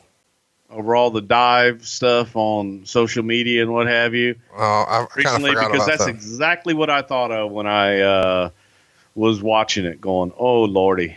Ahmed Johnson doing a dive. Yeah. Painful. 300-pound men like that shouldn't be doing dives. When The Undertaker did it a year later, though, you loved it. Well, he could do it. Okay. He actually dove. This was more like a launch and a fail. Remember that time Undertaker fell on his head? Yeah, he meant to do that. That was a spot. At some point, right after he nearly decapitates himself with this dive, he just shrugs it off, stands right up, and then picks up the ring steps and throws them at Goldust, or so we would be led to believe. But he misses so comically bad that Owen says something like, Ahmed needs glasses. That ring post looks nothing like Goldust. I thought that was awesome. I thought that was awesome. And there's another line in here that Meltzer has. At one point, there was a screw up as Johnson was in a sleeper and the ref checked his hand and it went down 3 times, which should be a finish. Did you catch this watching it back? Yes, I did. Does anybody ever tell Ahmed that if it falls 3 times, that's the end? Or are we all more focused on getting him the right thigh pads? Well, the issue then becomes whether or not you make assumptions. You make assumptions that people know how to count. You make assumptions people knows what comes after 1 and what comes after 2. Hypothetically, if Ahmed Johnson had to count to 3, what would that sound like? 3 times. Meltzer would write, after a weak pile driver, Johnson started rubbing and fondling on Johnson. Wow. Johnson on Johnson. That's a different kind of movie. That's what Meltzer wrote, but I'm pretty sure he means after a weak pile driver, Goldust started rubbing and fondling on Johnson. Yeah, he did. Giggity. And after a sleeper, Goldust kissed Johnson again. Hey, you can't do that. There's kids watching. Didn't kiss him. He gave him CPR. So that you shouldn't say it like that. That triggered the Superman comeback, and Johnson got the pin with the Pearl River plunge. Is the lesson here? He gave it 2 stars, by the way, which is at least a star too many. So if you want to motivate Ahmed, just give him some sugar, right, Bruce? Well, hey, and again, I didn't think this match was that bad. I thought it was a demonstration of just how good Goldust is he was able to get a match out of Ahmed. It was a convincing match, and he busted his ass and took a shitload of punishment in this thing. But I didn't think it was that bad. Ahmed wins the gold Intercontinental title here. And I say gold because Goldust had a strap custom painted gold. So the leather from Reggie Parks is actually gold for his run here. And as a note of trivia, there's only two folks who ever hold this gold strap Intercontinental, Goldust and Ahmed Johnson. This is something y'all did with Warrior years before, where you made the world title and the Intercontinental title very colorful. Whose idea was it to make the leather gold? Is this a Bruce idea, a Vince idea? I think it was something that just kind of evolved as we got it and thought, hey, wow, wouldn't that be cool if he turned it gold? And I said, God damn, that's a good idea. I don't remember whose idea it was. It may have been Goldust, because he used to always be thinking about the character. The belt was looking pretty rough here, and Dave Milliken, a belt maker who has done work for WWE and is business partners with Reggie Parks, once told me that the WWF sent this belt back to Reggie for him to refurbish it, but Reggie instead just replaced the leather and then gave the ring-used leather to some neighborhood kids to play with. So if you ever wonder where some of the ring-used items from your childhood memories wound up, just check the Arizona neighborhoods. Hey, by the way, before we move on, how great is it to see that Ahmed Johnson was able to land that spokesperson gig? Which one's that? We have the meats. Tell me for a minute that Ahmed Johnson couldn't be related to fucking Ving Rhames. When I was watching this, my buddy who hadn't seen the show in a long time kind of forgot that this was Ahmed Johnson.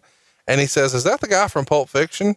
And all I could think about was those scenes from Pulp Fiction and how great it would be, especially since the Goldust character's here and what happened to Ving Rhames in Pulp Fiction. It's some weird stuff. Yeah. And I think that I take that back. I was going to say, I think that we actually I'm going to get medieval on your ass with Ahmed, but that's not true. I think that Undertaker was the first one that we allowed to use that. So I'm going to get medieval on your ass from Pulp Fiction. And that was Undertaker that said that somewhere to somebody. I need Ahmed to call somebody and tell them that the wolf is on the way. Next up is the promo for In Your House International Incident. It's featuring Sonny and Adam Panucci. Some aliens. Who thought this was a good idea to promote a wrestling pay-per-view with aliens? What you talking about, man? They want to build a wall and keep us out. Oh, I didn't think about it. I forget you live in Texas, so this is something you're dealing with all the time. Man, Dave Silva and I were talking about this just yesterday because, he does that there, and he does the fake news with the ABC people. Then at Harlingen, he does the fake news. And they're trying to build a wall to keep the aliens out. But our favorite alien is already here. See? Brian Pillman is out next, and he's on crutches and in a boot to do an interview with Jim Ross. I'm sorry. I just good to go back to that. For all you, we talk about Adam Panucci all the time. That was Adam Panucci in that ad. Who are the aliens? Hey, man, I don't know their name. You should have said it. One was Chewy. One was Dave. Thank you. The other one was Hector. Thank you. That's what I needed. I was hoping you were going to say immigrants, but you just went with naming them individually. Works for me. They had names, man. My apologies. Okay. We've covered Pillman's WWF run in great detail, also available in the archives. I mentioned that because I think it's probably one of our more underrated episodes. Pillman goes out of his way here to run down the town and then says something like, I don't remember how I forget this. It's easy to see why Jeffrey Dahmer tried to consume this whole city. Wow. And later he says he's going to rape, pillage, and plunder this entire federation. That's got to be the first time rape was said on WWF TV, right? Probably not, but live TV maybe. Yeah, Brian was given a lot of leeway and told to be controversial. That was the gimmick. And sometimes Brian, knowing that he was live, would push it as far as he possibly could. Does he get this stuff approved beforehand? And if not, why are you guys even employing agents? Like, A lot of that, especially the verbiage and stuff, was usually either me or Cornette or Vince or somebody going over it with them. And they had a lot of leeway. And Brian was told to push the envelope. So well, he did. He did. On his way to the back, Pillman would pass Austin on Austin's way to the ring for the final. And they exchanged a familiar glance. Of course, they were the Hollywood Blondes in WCW, and they're laying the groundwork here for what would come in the fall. You probably remember the whole Pillman's got a gun angle. We break all of that down on our Pillman episode in the archives. Next up, though, what we're really here for, Steve Austin beats Jake Roberts. It takes about 4.5 minutes to do so, and he becomes the king of the ring. The story of the whole match is that Roberts is working with badly injured ribs. The irony here is Austin is the person who's actually hurt. He got 15 or 16 stitches, depending on who you believe, in the tongue and mouth. It was done backstage, not at the hospital, like they said on TV. And Austin works on the ribs for the majority of the match. And Gorilla Monsoon comes in to try to stop the match, but Jake begs him to let it go, which he does. At this point, they started to get a lot of heat, and Roberts made a quick comeback before being cut off, and Austin gets the Stone Cold Stunner and the pin. Meltzer would write, he did a strong post-match interview knocking Roberts' religion and drinking problems, 0.5 star. On commentary, Jim Ross would say, this may only be the beginning for that young man. Talk about the understatement of a lifetime. Right, Bruce? I would say so. I might have had a little insight into that. Was this match cut short? And if so, was it because of Jake's conditioning, the rib storyline, or the stitches? I asked because he was reopened, the stitches reopened in the match, so he's bleeding again. And Lawler went long with his intro. Taker's match went long. The main event goes very long. The post match after the main event goes long. And despite all of that, plus the Coliseum home video exclusives, we're still only at 2 hours and 49 minutes on this show's runtime. So do you remember, was anything in particular cut short? Was this match always supposed to be 4 minutes? It was probably cut short. I don't really remember, don't have the run sheets in front of me, but I want to say that it was probably scheduled for closer to 10, something like that, just knowing the flow of the show. But I do remember that we did cut it down due to Steve and the stitches, and we didn't want him to get busted open and be any worse than it already was. So the idea was, well, we can cut this match, go a little bit longer on your promo, and we can just have other people fill as we move forward. As a postscript to the match, Steve Austin worked the first night of TV, but didn't work matches the second night. Then he was off the road until July 5th because his lip was just mangled. He even consulted with a plastic surgeon to repair the damage at one point, so it was pretty damn severe. When a guy gets injured like this, is this the talk of the boys backstage? Yeah, it was pretty disgusting.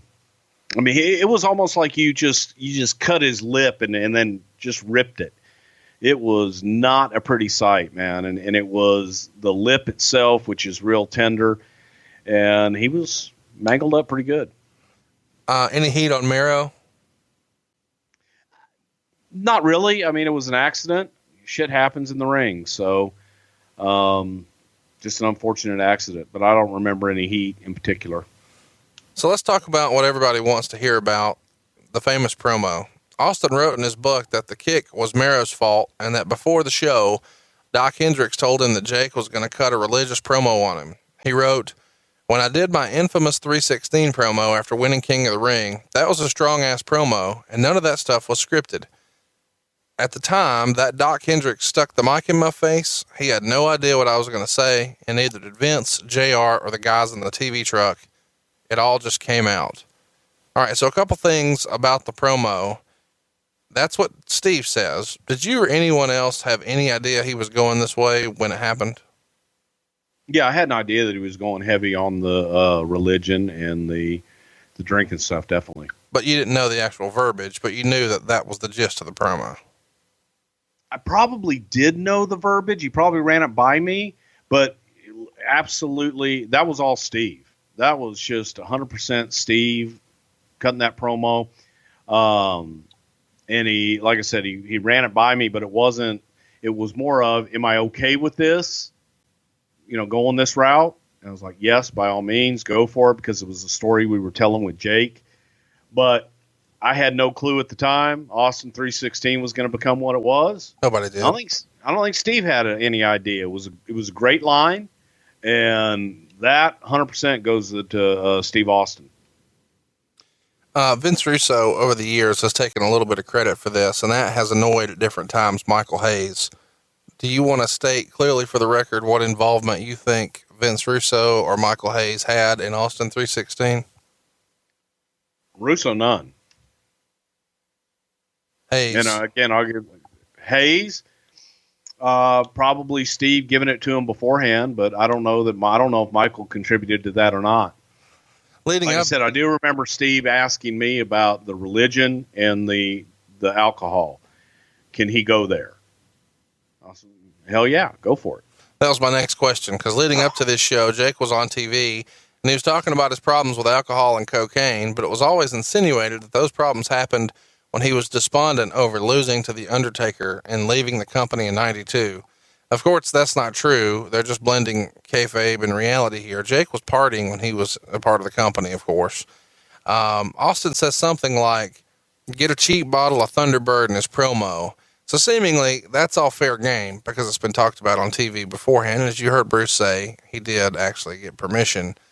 He also says, sort of under his breath, piss off. Probably another first for the WWF, I think. Don't you? That piss off was on air, that made air. Probably so, yeah. So when he does the Austin 316 line, you hear Vince on commentary say, he is stone cold. How long had this stone cold plan been in place? Of course, nobody knew, what it would become, but the plan was clear. We're going to change the character a little bit and evolve it a little bit to make it stone cold.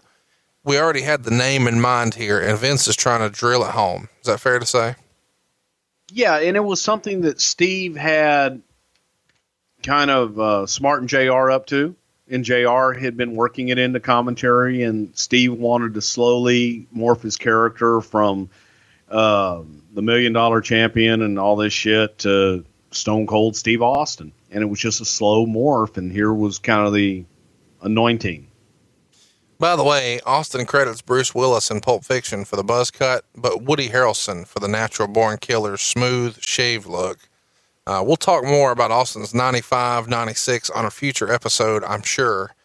And we've actually got a fun way where a listener is going to get to pick our entire poll coming up soon. So stay tuned towards the end of the show. A lot of people actually overlook that he closes the promo here, this Austin 316 promo with, and that's the bottom line because Stone Cold said so. In hindsight, Bruce, that was probably the more planned line, and Austin 316 was more of a one-off that just became a super hot shirt and stuck, right? Well, yeah, the next night when we showed up and you saw these signs of Austin 316 and everybody's going like, oh, good God, we've got something here. I think that and plus he was a heel. So you don't do merchandising for a heel. Nobody's going to buy a heel shirt. Who would buy that? So when Austin 316 took off the way it was, if anybody was going to plan anything, it was because Stone Cold said so. That's the bottom line because Stone Cold said so. That became his close, but Austin 316 became the brand. And man, it was the hottest shirt in wrestling. But right now, the hottest shirts in wrestling these days are over at BrucePrichard.com. What shirts are over there right now, Bruce? Hey man, you got your old favorites. I used to be over, no yob, but I got some brand new ones that are available right now. And then the bell rang. We got what I'm calling Macho Libre. I wasn't there, and hopefully by the time that this airs, we're going to have my shirt out there live and in living color for everybody to get, in addition to, of course, Ribs Still Rules. We have a Conradison shirt, and if you're a Bruce Prichard guy, you can show that with I'm a Bruce Prichard guy. But if you're another kind of guy, like a Conrad Thompson guy, you can get I'm a Conrad Thompson guy, or Alabama Dream, baby, live and in living color. And even Dr. Tom's got a whole brand new selection of shirts, and you can only get them at BrucePrichard.com.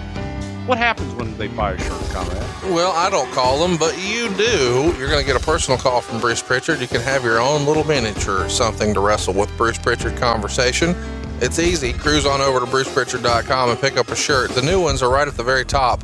I love the Macho Libre, but my two favorite new shirts for sure are And Then the Bell Rang, and of course, I Wasn't There. That I Wasn't There is maybe the funniest shirt we've released in a long time.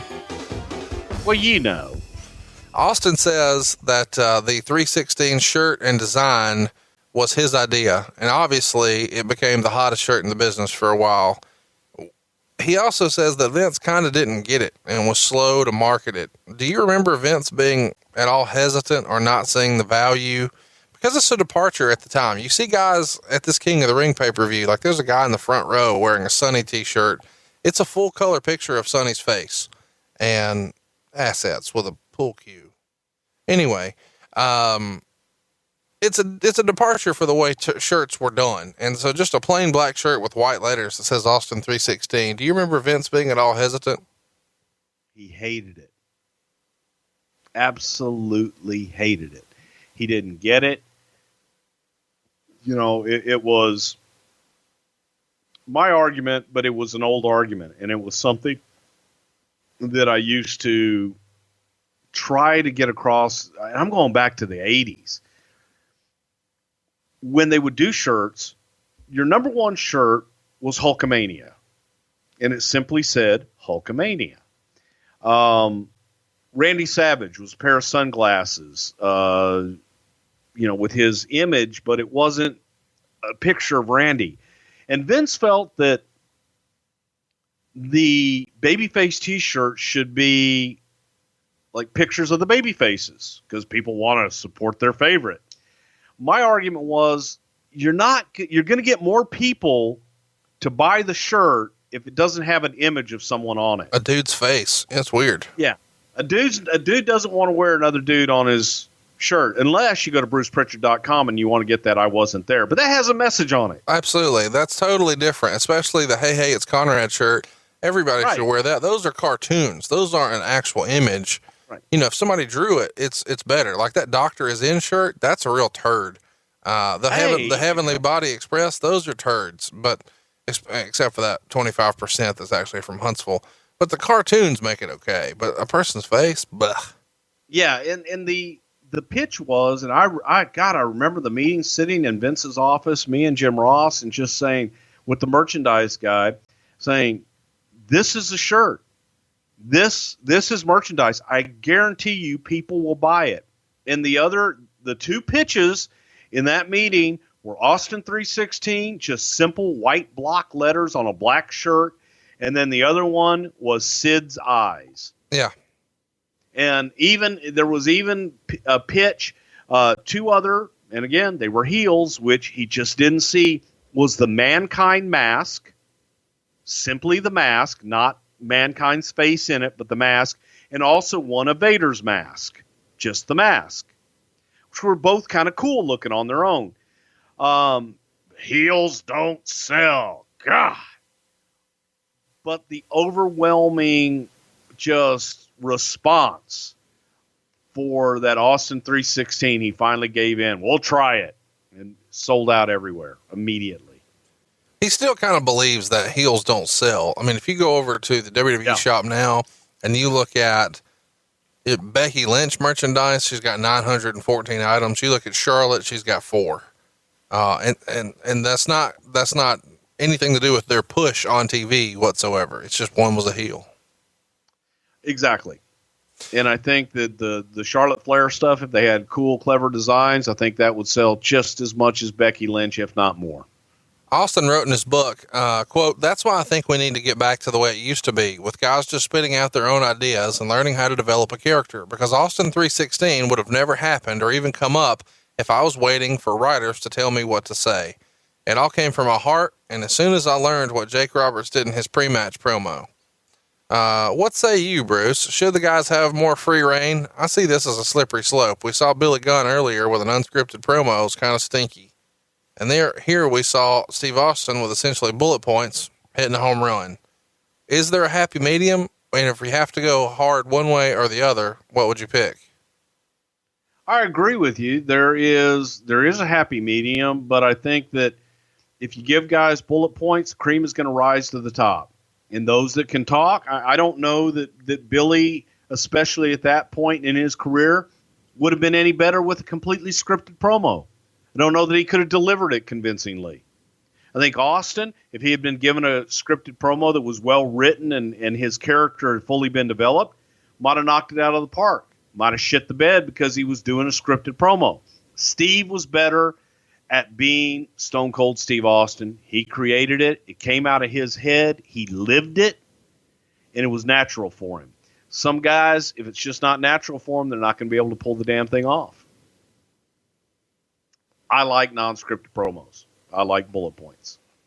So Shawn Michaels keeps the title here, beating Davey Boy Smith in about 26 and a half minutes. To start the match, we see Mr. Perfect come out to be the ref, but Monsoon says he's now the outside referee since he was in Bulldog's locker room earlier. So Hebner is our main referee inside the ring. This was all teased at In Your House Beware of Dog, where Shawn bumped into Perfect backstage, and here he's the ref and teasing the heel stuff, but then actually doesn't do anything heelish.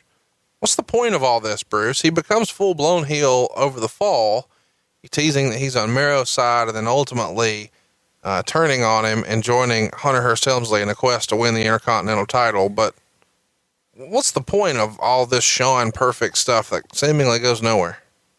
Just planting seeds and being able to remind people of the Mr. Perfect character and to introduce to those that weren't familiar with him, to be able to introduce him to new fans, and for those that are old, reintroduce him. But it was just simply another character to get him involved in different storylines, and slowly but surely, you give him a swerve. Everybody knows the fix is in, but then it wasn't. So it's just trying to be unpredictable. Did you notice watching this back that when the doors open at the entrance, Mr. Perfect realizes he forgot to put his gum in his mouth? So he does it on camera and then just drops the wrapper on the ground? I did not notice that, no. How particular are guys about these little nuances of their character? Most guys are pretty good. You're ready before you go out at gorilla position. You get everything ready and you're good to go. No, I don't mean that. I mean, like, would Razor wig out a little if he didn't have a toothpick? Would Mr. Perfect have felt a little out of sorts if he didn't have the gum? That's what Probably I mean. So. Yeah. The match starts slow, but it's a good one for sure. At one point, Owen refers to Jose Lothario as, quote, that dirty old Mexican, which comes off as shocking in 2017, unless you're Dave Silva, and then it's just your name around the house. The last few minutes were one near fall after the other until the dreaded Hebner bump. That's word for word out of the Observer. And I kind of thought the same thing too. I feel like when I watch these old matches that Hebner's been knocked down more times than Glass Joe and Mike Tyson's Punch Out. Do you have any idea what I just said? Yes, I do.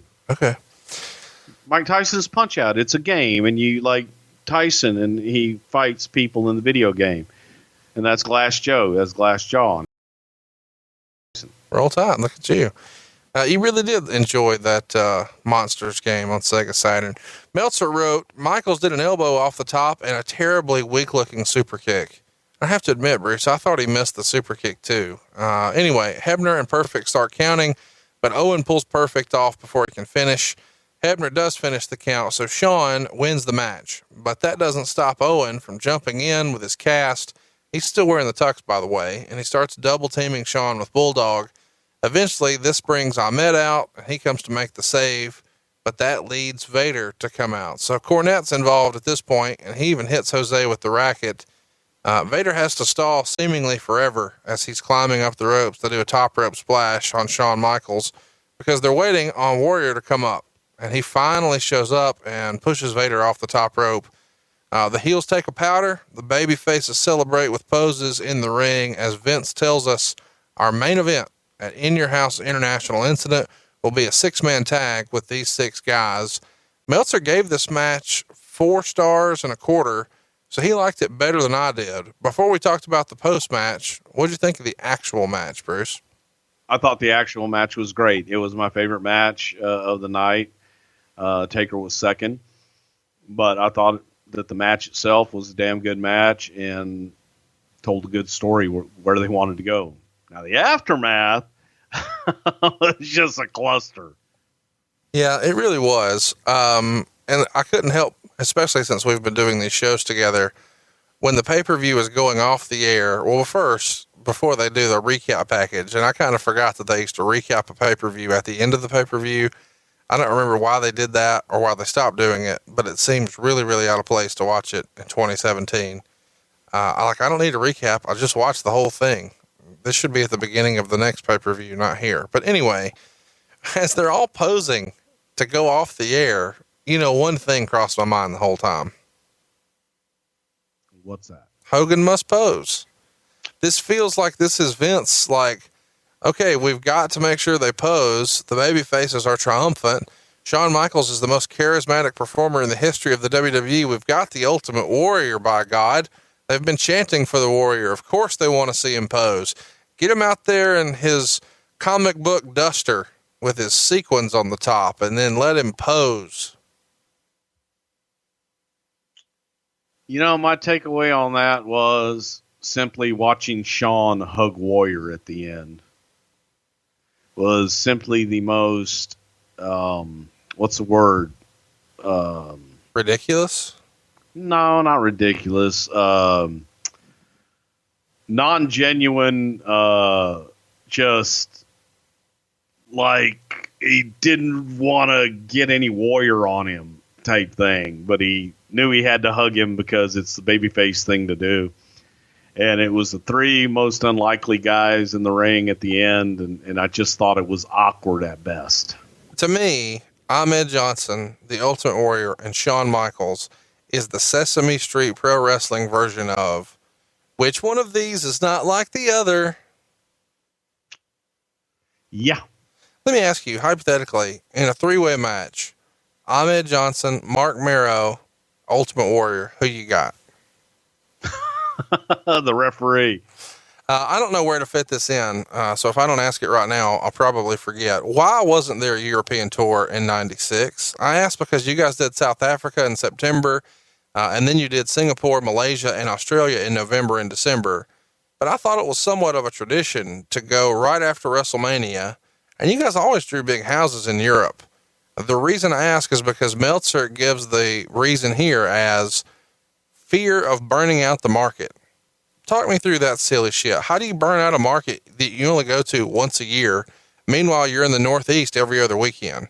What was the real reason you didn't go? Is it because those other shows were sold shows and therefore there was no additional financial risk, but the traditional European tour had too many costs associated with it, and Vince just didn't want to roll the dice when business was down in 96? Or why not go if you know that you're always selling out over there? I really don't know. I don't know what that specific reason was why we didn't do it, other than we may have just had things booked domestically that were good and the business was decent in the States, but it just may have been that we didn't have anything booked at that time and it didn't make sense. Now, previous to that, we had gone under the philosophy of pre-sold shows. So if we didn't have something pre-sold that didn't fit financially, don't go. Hypothetically, what would someone in Malaysia have probably had to pay for a WWE show? 100, 250? Give me a ballpark. 4. Really? Oh yeah. That's amazing. The wrestlers, according to Meltzer, had lots of problems due to either a flight delay or a cancellation in getting from Madison, Wisconsin after their June 26th show into Louisville, Kentucky for their June 27th show. So Aldo Montoya and Duke the Dumpster Drose had to stall for 45 minutes, doing one match where Duke won by turning heel, then a second match with Montoya winning before the rest of the crew finally arrived. Do you remember this? I've got to hear about this great Duke the Dumpster match for 45 minutes. I mean, this is missing in my life. I need a 45-minute Duke the Dumpster match. Main event anywhere in the Sheboygan. I have no idea. We used to have to do that shit all the time. Sometimes when the main event wouldn't be there, stall, stretch. Do you remember though, there being a time when there's literally 2 wrestlers there The crew's Yeah. there, the ring's set up, there's two guys and nobody else. Hey, y'all go work until everybody gets there. As a matter of fact, the very first time that I ever refereed a match, I was 16 years old in Bryan, Texas. And there was another show going on nearby. There were two spot shows, and we had split crews that were working double shots. The only match in the dressing room for our show in Bryan, Texas, was the main event, which was Gino Hernandez and Jose Lothario. And I was the referee for that match, and the rest of our card had not shown up. So we went out and did roughly a 40-minute main event to start the show, waiting for the rest of the crew to arrive. Yeah, that's what Aldo and Duke did here, 45-minute main event. I'm jealous of those people in Louisville, Kentucky who were treated to that. Well, you know. Let's talk about the Ultimate Warrior for a minute, because this was his last WWE pay-per-view. It's worth mentioning that his biological father, Tom, passed away on June 30th. According to Warrior's testimony, they had been estranged practically his whole life, since roughly 3 years old, and his father, Tom, was living in South Florida at the time. This is relevant because Warrior would later claim his father's death is why he would no-show some events, and that all ultimately led to his release. It's worth mentioning again, his father dies on June 30th, and based on Warrior's own testimony, they've been estranged since he was 3. I make mention of that because he didn't make June 25th in La Crosse, Pennsylvania, or Indianapolis on June 28th. At least one of those was known as being a legit no-show right away. They tried to position the other one as if it was transportation problems. But the next day in Detroit, June 29th, the wrestlers were given word that Warrior was through. He'd either quit or was fired, but nobody really knew for sure.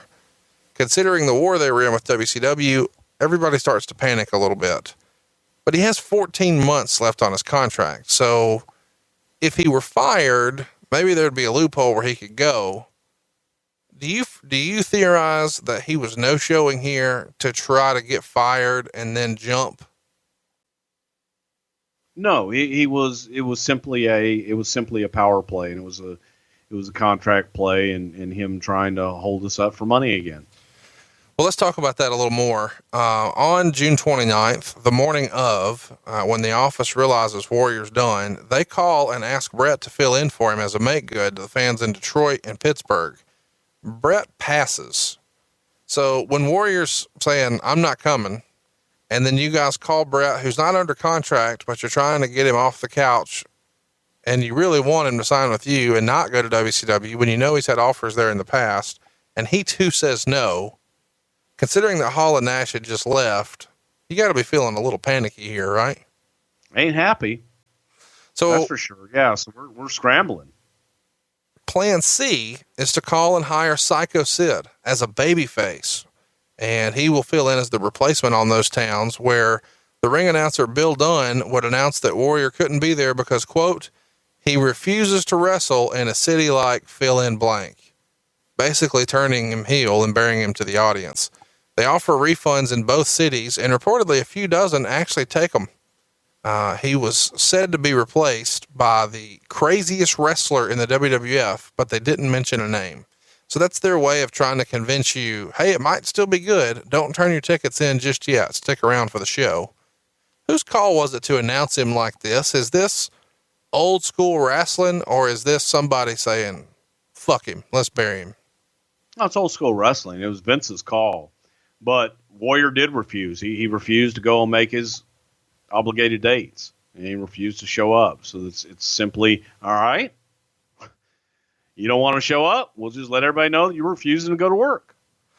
Meltzer would report that Warrior's relationship with Vince was rocky at best. They had an agreement for him to come in December of 95, but his kept it from happening. So WrestleMania 96 was the new plan, but even the week of, he had drama that included stiffing promoters in Europe and walking out on his own promotion in Las Vegas the day before a show, leaving with several sponsorship checks. Bruce, do you remember any of this specifically? Trying to get him in December of 95 and then him having some drama in his own promotion the week of WrestleMania 12? I don't remember anything with December 95. I do remember, the stuff going into WrestleMania 96, but not before that. No. In the meantime, the Warrior does an online interview on July 1st and said that he missed the dates because his dad died and he was going to return on the 11th in Albany, which was his next scheduled booking. He had the weekend off in between because he was doing a comic book convention, and this had already been worked out with the company. He gets a little bit of heat for doing this chat online because he does it with Bob of Prodigy, as opposed to the AOL WWF sponsor. All of this about him returning on the 11th and all that was all news to the WWF. When did you guys hear, Bruce, that he was going to use the death of his father as a reason to miss the shows? After his dad died. Yeah. Yeah. It's like, my dad's dying. It's like, wait a minute. You've had no relationship with your father your entire life. Well, no, I get that, but I'm saying he would say his dad. I mean, after he died, he says, well, I couldn't make it because my dad was sick and he died. Yeah.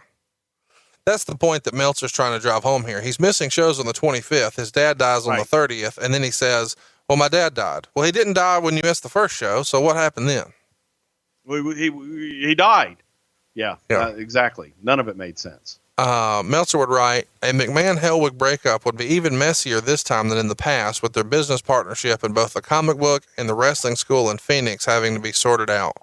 Remind us again, Bruce, about Vince's involvement in those ventures, the comic book and this wrestling school in Phoenix, which is pretty awesome when you think about it, that the Ultimate Warrior had a wrestling school. We had no involvement with the wrestling school in Phoenix at all. That was Warriors. That was his deal. And we agreed to give it some publicity as part of Warriors' deal, but we had no involvement in it at all. The comic book stuff, that was simply something that we agreed to distribute those with the WWF magazine, and that we would agree to sell some of those as well as part of the magazine subscription stuff. Warrior wanted us to buy a shitload of them. This all came to a head on Monday, July the 8th, when the WWF suspended the Warrior officially. They announced on Raw that it was effective immediately, and Sid was put in his spot for the July pay-per-view international incident. Meltzer would write, WWF figurehead president Gorilla Monsoon announced the suspension to the fans, saying that no matter how popular Ultimate Warrior was, no wrestler was above missing his scheduled appearances and letting down the fans. Monsoon stated that Warrior would be welcome back, provided he posts an appearance bond. Bruce, I found it interesting that you guys had Gorilla kind of babyface in the company and putting all the heat on the guy like this, and almost sort of airing the dirty laundry about an appearance bond requirement.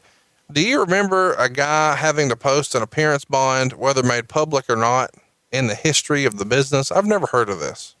Oh God, yes. Back in the day, that's what you had to do, especially for champions. And if somebody had a history of no showing and shit like that, if you wanted to book them, they would have to do an appearance bond and put up their money ahead of time before the promoter would book them. Give me an example.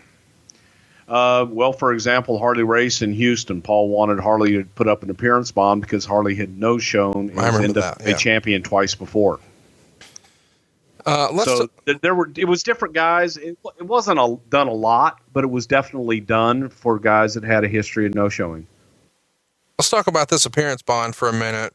Dave would write, Vince McMahon told Hellwig that he would be brought back provided he posted a large bond, which he would forfeit to the WWF provided he were to no-show another card. The exact amount Hellwig would be required to post is being negotiated, but it will be in excess of $100,000. Hellwig is said to have neither agreed to the price nor indicated that he won't meet the price in order to return, although there is the belief that he will return. Dave would later report that the bond was closer to $250,000. I know you don't talk money, but this is different, Bruce. What was the amount, and did anyone in the office really believe at this point he'd be back? Well, Warrior was talking about wanting to come back and making amends and saying he would do whatever it would take. And Vince's response to that was, I can't trust you. You've already told us that you were going to come back this time. Everything was going to be good. And then you pull this crap.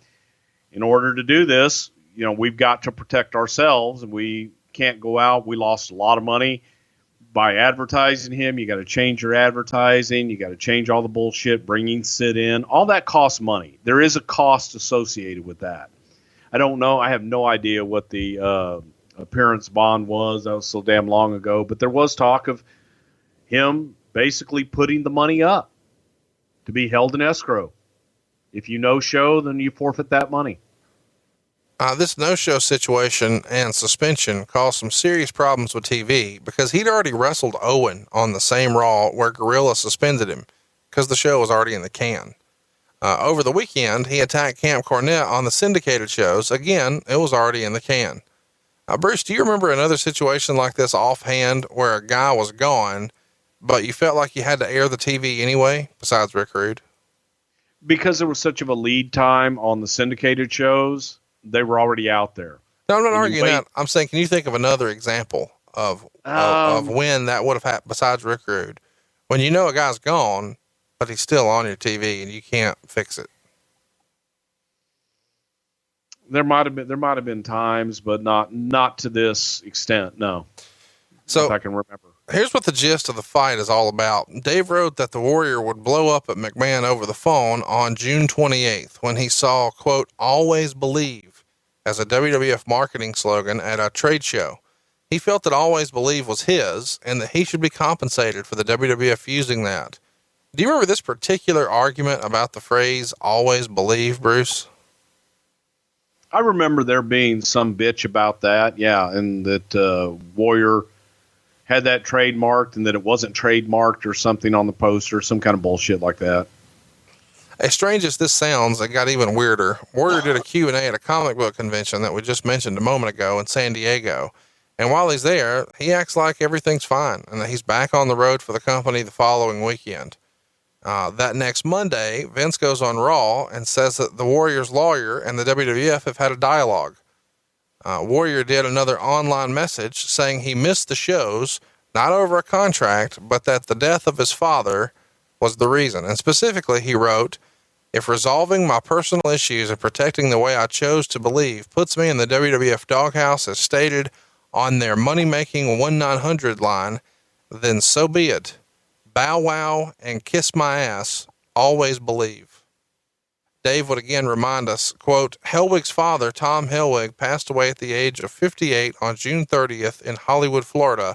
And as everyone continually points out, Hellwig missed shows on both June 28th and June 29th.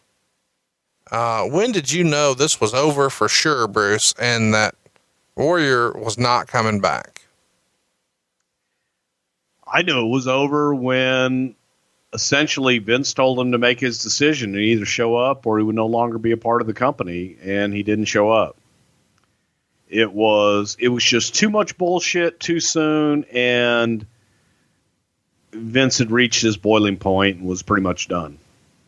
When can we get a bow wow and kiss my ass, Always Believe t-shirt over at brucepritchard.com? I'll work on that. It seems like the WWF was always working with lawyers to deal with the Ultimate Warrior, but the next time you're in need of a lawyer, who do you need to go to, Bruce? You just go to rgt4law.com. Did you know there are billions of dollars set aside for asbestos victims and their families? If you or a loved one has been affected by mesothelioma or an asbestos-related cancer, you can call 855-748-4529 for a free consultation. That's 855-748-4529. Or visit rgtforlaw.com for more information. Robert Taylor, R.G. Taylor II, PC and Associates, Houston, Texas. All right, so let's go ahead and talk a little more WWF 1996 here. There's lots going on, people coming and going around this time. A 36-year-old Barry Windham was signed here, and as we've discussed before, he would become the stalker. Meltzer would report that he came to the meeting about 20 pounds overweight. Do you remember that, Bruce? No, I thought Barry looked good at the time. We discussed before on the show how Brian Pillman had just signed, and the whole story around that is available in the archives right now. But Ron Simmons has also just signed a deal, and he's coming in as Farouk Assad. Bruce, I'm curious, at the time of their signings, who did the office have higher expectations for, Brian Pillman or Ron Simmons? Probably Ron Simmons. Really? I would have went the other way with that after there was the only reason I say that is because we know there was this like bidding war for Brian Pillman. That's not happening for Ron Simmons. a perceived bidding war for Brian Pillman. But the if you only knew how many years and how much bullshit I went through to finally get that call from Ron Simmons. Damn, Bruce, I'm ready to talk. Every year on the anniversary of his 60-day window, I called Ron Simmons. Hey, Ron, it's Bruce. How we looking, buddy? Ready to make a move? Can we talk? Damn, I think I'm going to stay where I am. And then there was that one day when he said, yeah, let's talk.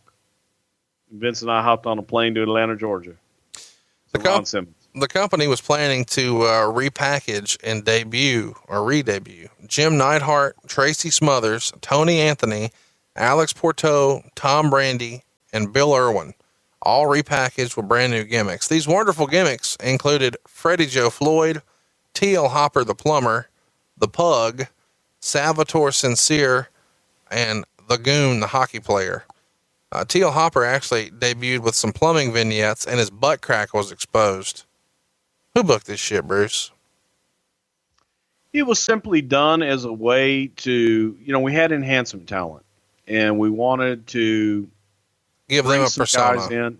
What's that? You wanted to give the enhancement talent a persona. Correct.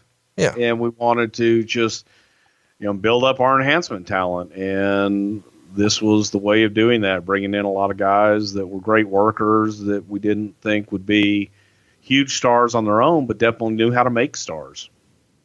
Why does Tony Anthony have to change his name and unclog toilets, but Alex Porteau is an amateur wrestler who uses his real name? Because Tony was working as a plumber at that time, and that's what he did in real life, so make him a plumber on TV. And Alex Porteau was an amateur wrestler in real life, so he would just walk around the Walmart taking people down with double legs. Yeah. Okay, cool. The biggest name in this group, at least to me, is a Southern boy. It's Tracy Smothers. He'd been on and off WCW TV for years. Why not let him keep that name? Why does he got to be Freddie Joe Floyd? Because Vince didn't want Tracy Smothers. Easy enough.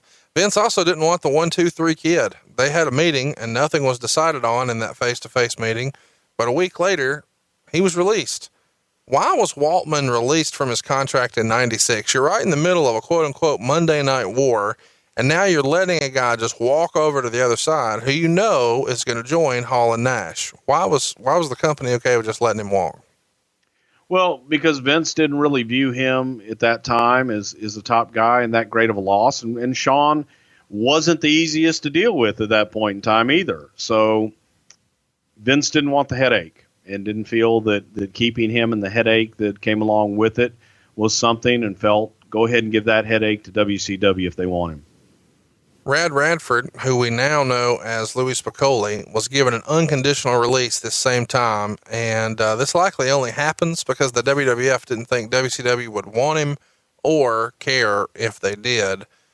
He knew this was coming, though, because Louis had a start date already worked out with ECW. He just needed to get released first. Why don't you think Louis made a bigger impact in the WWF? Louis had problems, and Louis had drug issues and drinking issues and had a problem at that time, and he wasn't willing to do what it took to take care of those problems. So something had to change, so we had to let him go. It's another sad story because ultimately that would lead to the end of his life, just like a year later. Dave would write, quote, Basil DeVito, longtime VP with Titan Sports, who left a few years back, was hired back as a consultant when it comes to business development. In a sense, he'll replace Lisa Wolf, who was another company VP in charge of business development and human resources. Bruce, we've mentioned Basil here and there on the show. Compare and contrast him with Lisa Wolf for us. Night and day, but Basil wasn't brought in to do human resources at all. Basil was brought in to basically consult and help out with promotions and help out with the marketing end of things, because with Lisa's departure and Osper, D'Arce, and Ed DeLange and all those guys, there was a void there. And Vince felt that Basil's familiarity with the company and promotional experience would be good to kind of help oversee all of that and bring the right people in. The Los Angeles Times around this time had a lengthy article about Olympic weightlifter Mark Henry, who Meltzer described as, quote, being sponsored by the WWF and will probably join the WWF after the Olympics. Henry isn't expected to medal. The story talked about Henry's childhood idol being Andre the Giant, and he said the WWF is more honest competition than Olympic lifting because of the WWF steroid policy, end quote. That is hilarious. Chat me up about Mark Henry's signing. Who finds him and how does that deal come together? It seems very unconventional for Vince to do something like this. Terry Todd, who was Mark Henry's, basically was Mark's second father. That's the guy that Mark Henry looks up to as his father. He was his manager. He was his trainer. Terry Todd is the strength and conditioning coach at University of Texas. I think that's his correct title. But Terry is a huge name, a legend in the world of strongmen. He's a historian, a writer, but just an all-around good guy to boot. But Terry had done an article for Sports Illustrated about Andre the Giant years before, and that was his introduction to Vince McMahon. So Vince and Terry had kept in contact. Vince was infatuated. He's always been infatuated with strong men and people of that ilk. Terry did a hell of a job selling Mark Henry. And Mark's a personable son of a bitch. And, when you meet Mark, the other thing about Mark was they sent a clip of Mark at the NBA, the slam dunk contest, and Mark dunking a basketball. And Vince was mesmerized this damn near 400-pounder dunking a basketball. And look at the athleticism on that big bastard. He looks like a silverback gorilla. God, what we could do with the world's strongest man. So he was infatuated with it. He was infatuated with the legit title of having the actual world's strongest man. Another guy who was in the real sports world, Dave would write, according to the Chicago Sun-Times, Dale Torberg, the son of former White Sox and Indians manager Jeff Torberg, wants to wrestle in the WWF. He played 2 years of Class A baseball, but was cut by the Yankees and failed to catch on. Dale would go on to become the Kiss Demon for WCW. Did the WWF ever give him a serious look? We talked to him, and we talked about bringing him in and maybe training him for a while, but I think that WCW came along and made him a more attractive offer, so he went to WCW. Dave wrote that the Gangstas in Paradise both quit when Samu was going to be suspended for violating a company policy. What happened? That's probably what happened. He probably flunked the drug test. Christine Rosati, one of the three sisters from Hopewell Junction that Bobby Heenan had in bathing suits on his Bobby Heenan show, passed away on June 27th from the E. coli virus. She was just 47. You remember her and her sisters from the early Raws too. They would carry around the ring cards with the silly slogans on them. I know we discussed these ladies in more detail on our Primetime Wrestling episode, which is available now in the archives. But can you tell us a fun story as to why Vince loved these ladies so much? They were super fans before super fans were cool. They always came to the Poughkeepsie, Allentown television tapings, and I don't think that they ever had a bad day in their life. They were always just fun to be around, always positive to be around, and they just were a lot of fun and really, really nice people. So made them a couple oinkettes, the oinkettes, the triplets, and that's about it, man. The Rosati sisters, just really, really sweet ladies. Let's talk about Bulldog again for a minute. As we mentioned at the top of the show, there was speculation that he might be the third man for the NWO. As we discussed on our In Your House, Beware of Dog episode, available now in the archives, Bulldog had given his 90-day notice on May 28th, but then he meets with Vince on June 6th and told him he had a big money offer on the table from WCW. And Meltzer reported, quote, McMahon is making an effort to sign a lot of the key guys to 5-year deals as he apparently wants to avoid more Hall and Nash situations. Linda McMahon sent a 5-year contract to his lawyer, but at press time, he hasn't signed it, although that delay may be partially because of the family tragedy. His nephew had just suddenly passed away. And it was obvious he was a young kid. So this was obviously a big deal to the family. Eventually, we know, though, Bulldog would re-sign, and some of their issues were with the way they thought his wife had been portrayed on TV. That had upset Stu and Helen and Brett and people in the family. Do you think there was ever any concern that Bulldog was going to wind up being the third man, or did you feel that him leaving was probably unlikely? Look, we were concerned about everybody leaving at that time. We were trying to cinch up contracts and secure everybody to longer term deals. So if there was someone that was, on that line that we needed to sign, there was concern they were going to go to greener pastures. So there was concern without a doubt, but I don't know that there was any more concern with Davey Boy being one to go, because we did have an offer out to him and he had indicated that he wasn't going anywhere. Well, Kevin Nash said that in front of the whole locker room too, didn't he? Yeah, exactly. Dave also wrote, quote, rumors are flying it'll be Jeff Jarrett since Vince McMahon on the WWE name with Diesel and Ramon as expecting him to join WCW. Jarrett gave notice to Titan and is working out his notice in USWA, and he is WCW bound. However, his WWF contract doesn't expire until the fall, so it probably won't be him. So we're just kind of letting you know here that at this point, there's just rampant speculation about who this third person could be. Hall and Nash want it to be Brett. Obviously, the original story is that it's going to be Lex Luger. But now there's all these other folks. It could be the British Bulldog. It could be this guy. It could be that guy. When did you know it was going to be Hulk Hogan, Bruce? When he walked out at Bash at the Beach. Well, don't forget, Hulk Hogan's 1988 is coming to you on Friday, June 2nd. You may remember right before WrestleMania, Bruce was in a horrible storm. We had to tape that one with duct tape in a security closet with a 9% battery life, standing on rations. It was not a great situation, but Hogan 88 is going to be one of our more fun shows. It's coming to you Friday, June 2nd. Set your calendars, tell your friends. This is going to cover the very famous, maybe the best wrestling angle of all time, the evil twin referee, the Hebners from Saturday night's main event, or I guess it was called the main event then. It's the debut of the Winged Eagle belt. You've got the evil Hebner deal. It's the setup for WrestleMania 4 and all the way through 1988, Hulk Hogan's 1988, Friday, June 2nd.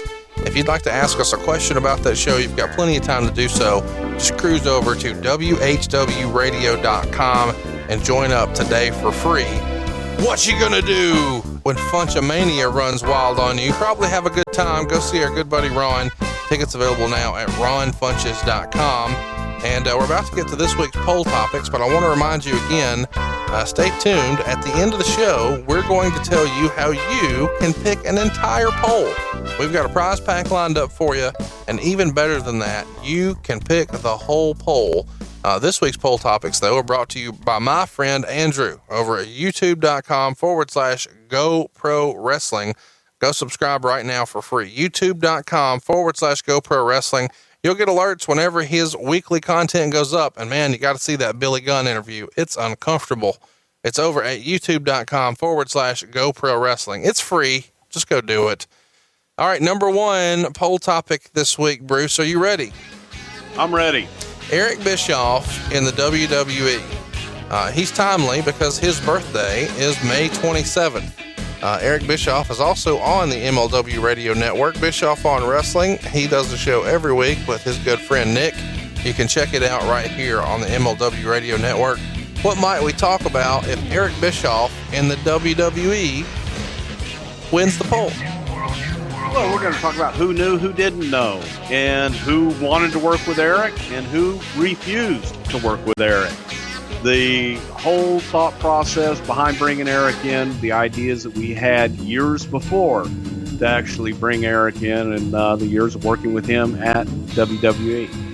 Poll topic number two, pretty timely considering what we talked about on this show. You know, Eric Bischoff trying to steal all the boys over to WCW. Well, the guy who helped make Stone Cold Steve Austin that our show was really about this week is poll topic number two. Jake the Snake Roberts in the WWE. He's pretty timely too. I guess he's the same sign as Eric Bischoff because his birthday is May 30th. Chat us up about Jake the Snake in the WWE. You know, Jake the Snake wins. We may have to divide this one up into a couple of episodes because Jake's career just spans so many years from his early days in the Mid-South, him going to the WWF in the 80s, and just his entire career in front of the camera and behind the camera, the people that he's helped throughout the years, and the demons, you like that word, demons, of Jake the Snake Roberts. Well, I actually don't like that word, but I do like poll topic number 3, Sunday Night Heat. It was a staple in the WWF for many years, but the last show happened on May 30th, 2008. Tell us what we might talk about if Sunday Night Heat wins. And I know a lot of you may say, I didn't like Sunday Night Heat. Well, how about Halftime Heat? There was lots of fun stuff that happened on Sunday Night Heat. What might we talk about if that wins, Bruce? We'll talk about how much I hated Sunday Night Heat and whoever drew the short straw and who had to go to the WWF New York in downtown Manhattan if you drew the short straw and had to go produce live Sunday Night Heats at the restaurant. But a lot of interesting stories about Sunday Night Heat, the perception, and what really went on behind the scenes. Last but certainly not least, Judgment Day 2005. This one took place back on May 22nd, 2005. Lots of folks on here we've never talked about before. We've got Haas and Harley against Eminem. We've got Big Show and Carlito. We've got Chavo and Paul London, Kurt Angle and Booker T, Orlando Jordan and Heidenreich, Eddie Guerrero and Rey Mysterio. That's a fun one. And then in our main event, JBL, John Cena, I Quit. What stands out to you the most about Judgment Day 05? Well, the two things. First of all, the JBL Cena I Quit match is one of the matches that really people went, damn it, Cena's there. He's over the hump. He's there, is the top guy. And also just that Ray Eddie stuff to me was some of the best stuff and most fun I've ever had in my wrestling career. So check it out. There's this week's poll. There's only one place to vote. It's on Twitter. It's right now, @Prichard Show. The poll's up. Go vote. Poll topic number 1, Eric Bischoff in the WWE. Poll topic number 2, Jake the Snake Roberts in the WWE. Poll topic number 3, Sunday Night Heat. Last but certainly not least, number 4, Judgment Day 05. You can vote one place. It's on Twitter. It's @Prichard Show. Bruce is on Twitter, @Bruce Prichard. I'm there as well, @Hey, it's Conrad. We'd love to have your feedback, interact with you, and of course, come see us live. I'm talking to you. Go to mt.cm if you're in Baltimore, or maybe if you're in St. Louis, cruise on over to notarib.com. And as always, we should remind you, for a great shave at a great price, you should join the Dollar Shave Club. The new members get their first month of the Executive Razor and a tube of Dr. Carver Shave Butter for how much? $5. Only $5? How much is shipping? Free! After that, razors are just a few bucks a month. It's a $15 value. It's only $5. What are you waiting on? Go to dollarshaveclub.com/wrestle. That's dollarshaveclub.com/wrestle. All right, last but certainly not least, we may or may not have a treat here for you. We taught you a lesson last week. Go ahead and stick around to the very end of the show. Well, we're here, and we want to give you a chance to go ahead and pick an entire poll. We're also going to give you a chance to pick up a couple of brand new t-shirts from BrucePrichard.com, and even something you can't buy anywhere. It's the exclusive Something to Wrestle koozie. That's right. We've got Miller Lite koozies. Now, of course, we don't call them Miller Lite koozies. That's just what Bruce and I put in them. But you can put whatever you want in your Something to Wrestle koozie. You can only get this if you're at our Orlando show, but if you weren't there, it's not available to you. But it is now, with a couple of t-shirts, and you get to pick the poll. I'm talking all 4 topics, not you get to pick 4 something. No. You get to pick all 4 topics, and then the fans vote. Cruise on over to facebook.com/something to wrestle. That's facebook.com/something to wrestle. And when you do that, hit the like button right at the top of the page. You'll see this brand new offer. It's all about this contest. Just go ahead and click share. It doesn't cost you anything. We want you to go to facebook.com/something to wrestle, hit the like button, and then scroll on down and hit the share button. You're going to see it's us promoting our St. Louis show. It's also mentioning our Baltimore show. But this is your chance to win not 1, but 2 t-shirts, not 1, but 2 koozies, and pick not 1 poll topic, but 4. You're going to have a whole poll, and we're going to let one person make that selection. We're going to announce the winner next week right here on Something to Wrestle with Bruce Prichard. Bruce, is there anything else we should mention to all of our listeners out there at MLWradio.com?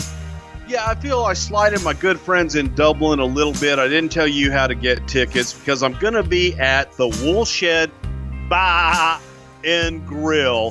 And you can get tickets at Billetto.ie. That's BILLETTO.IE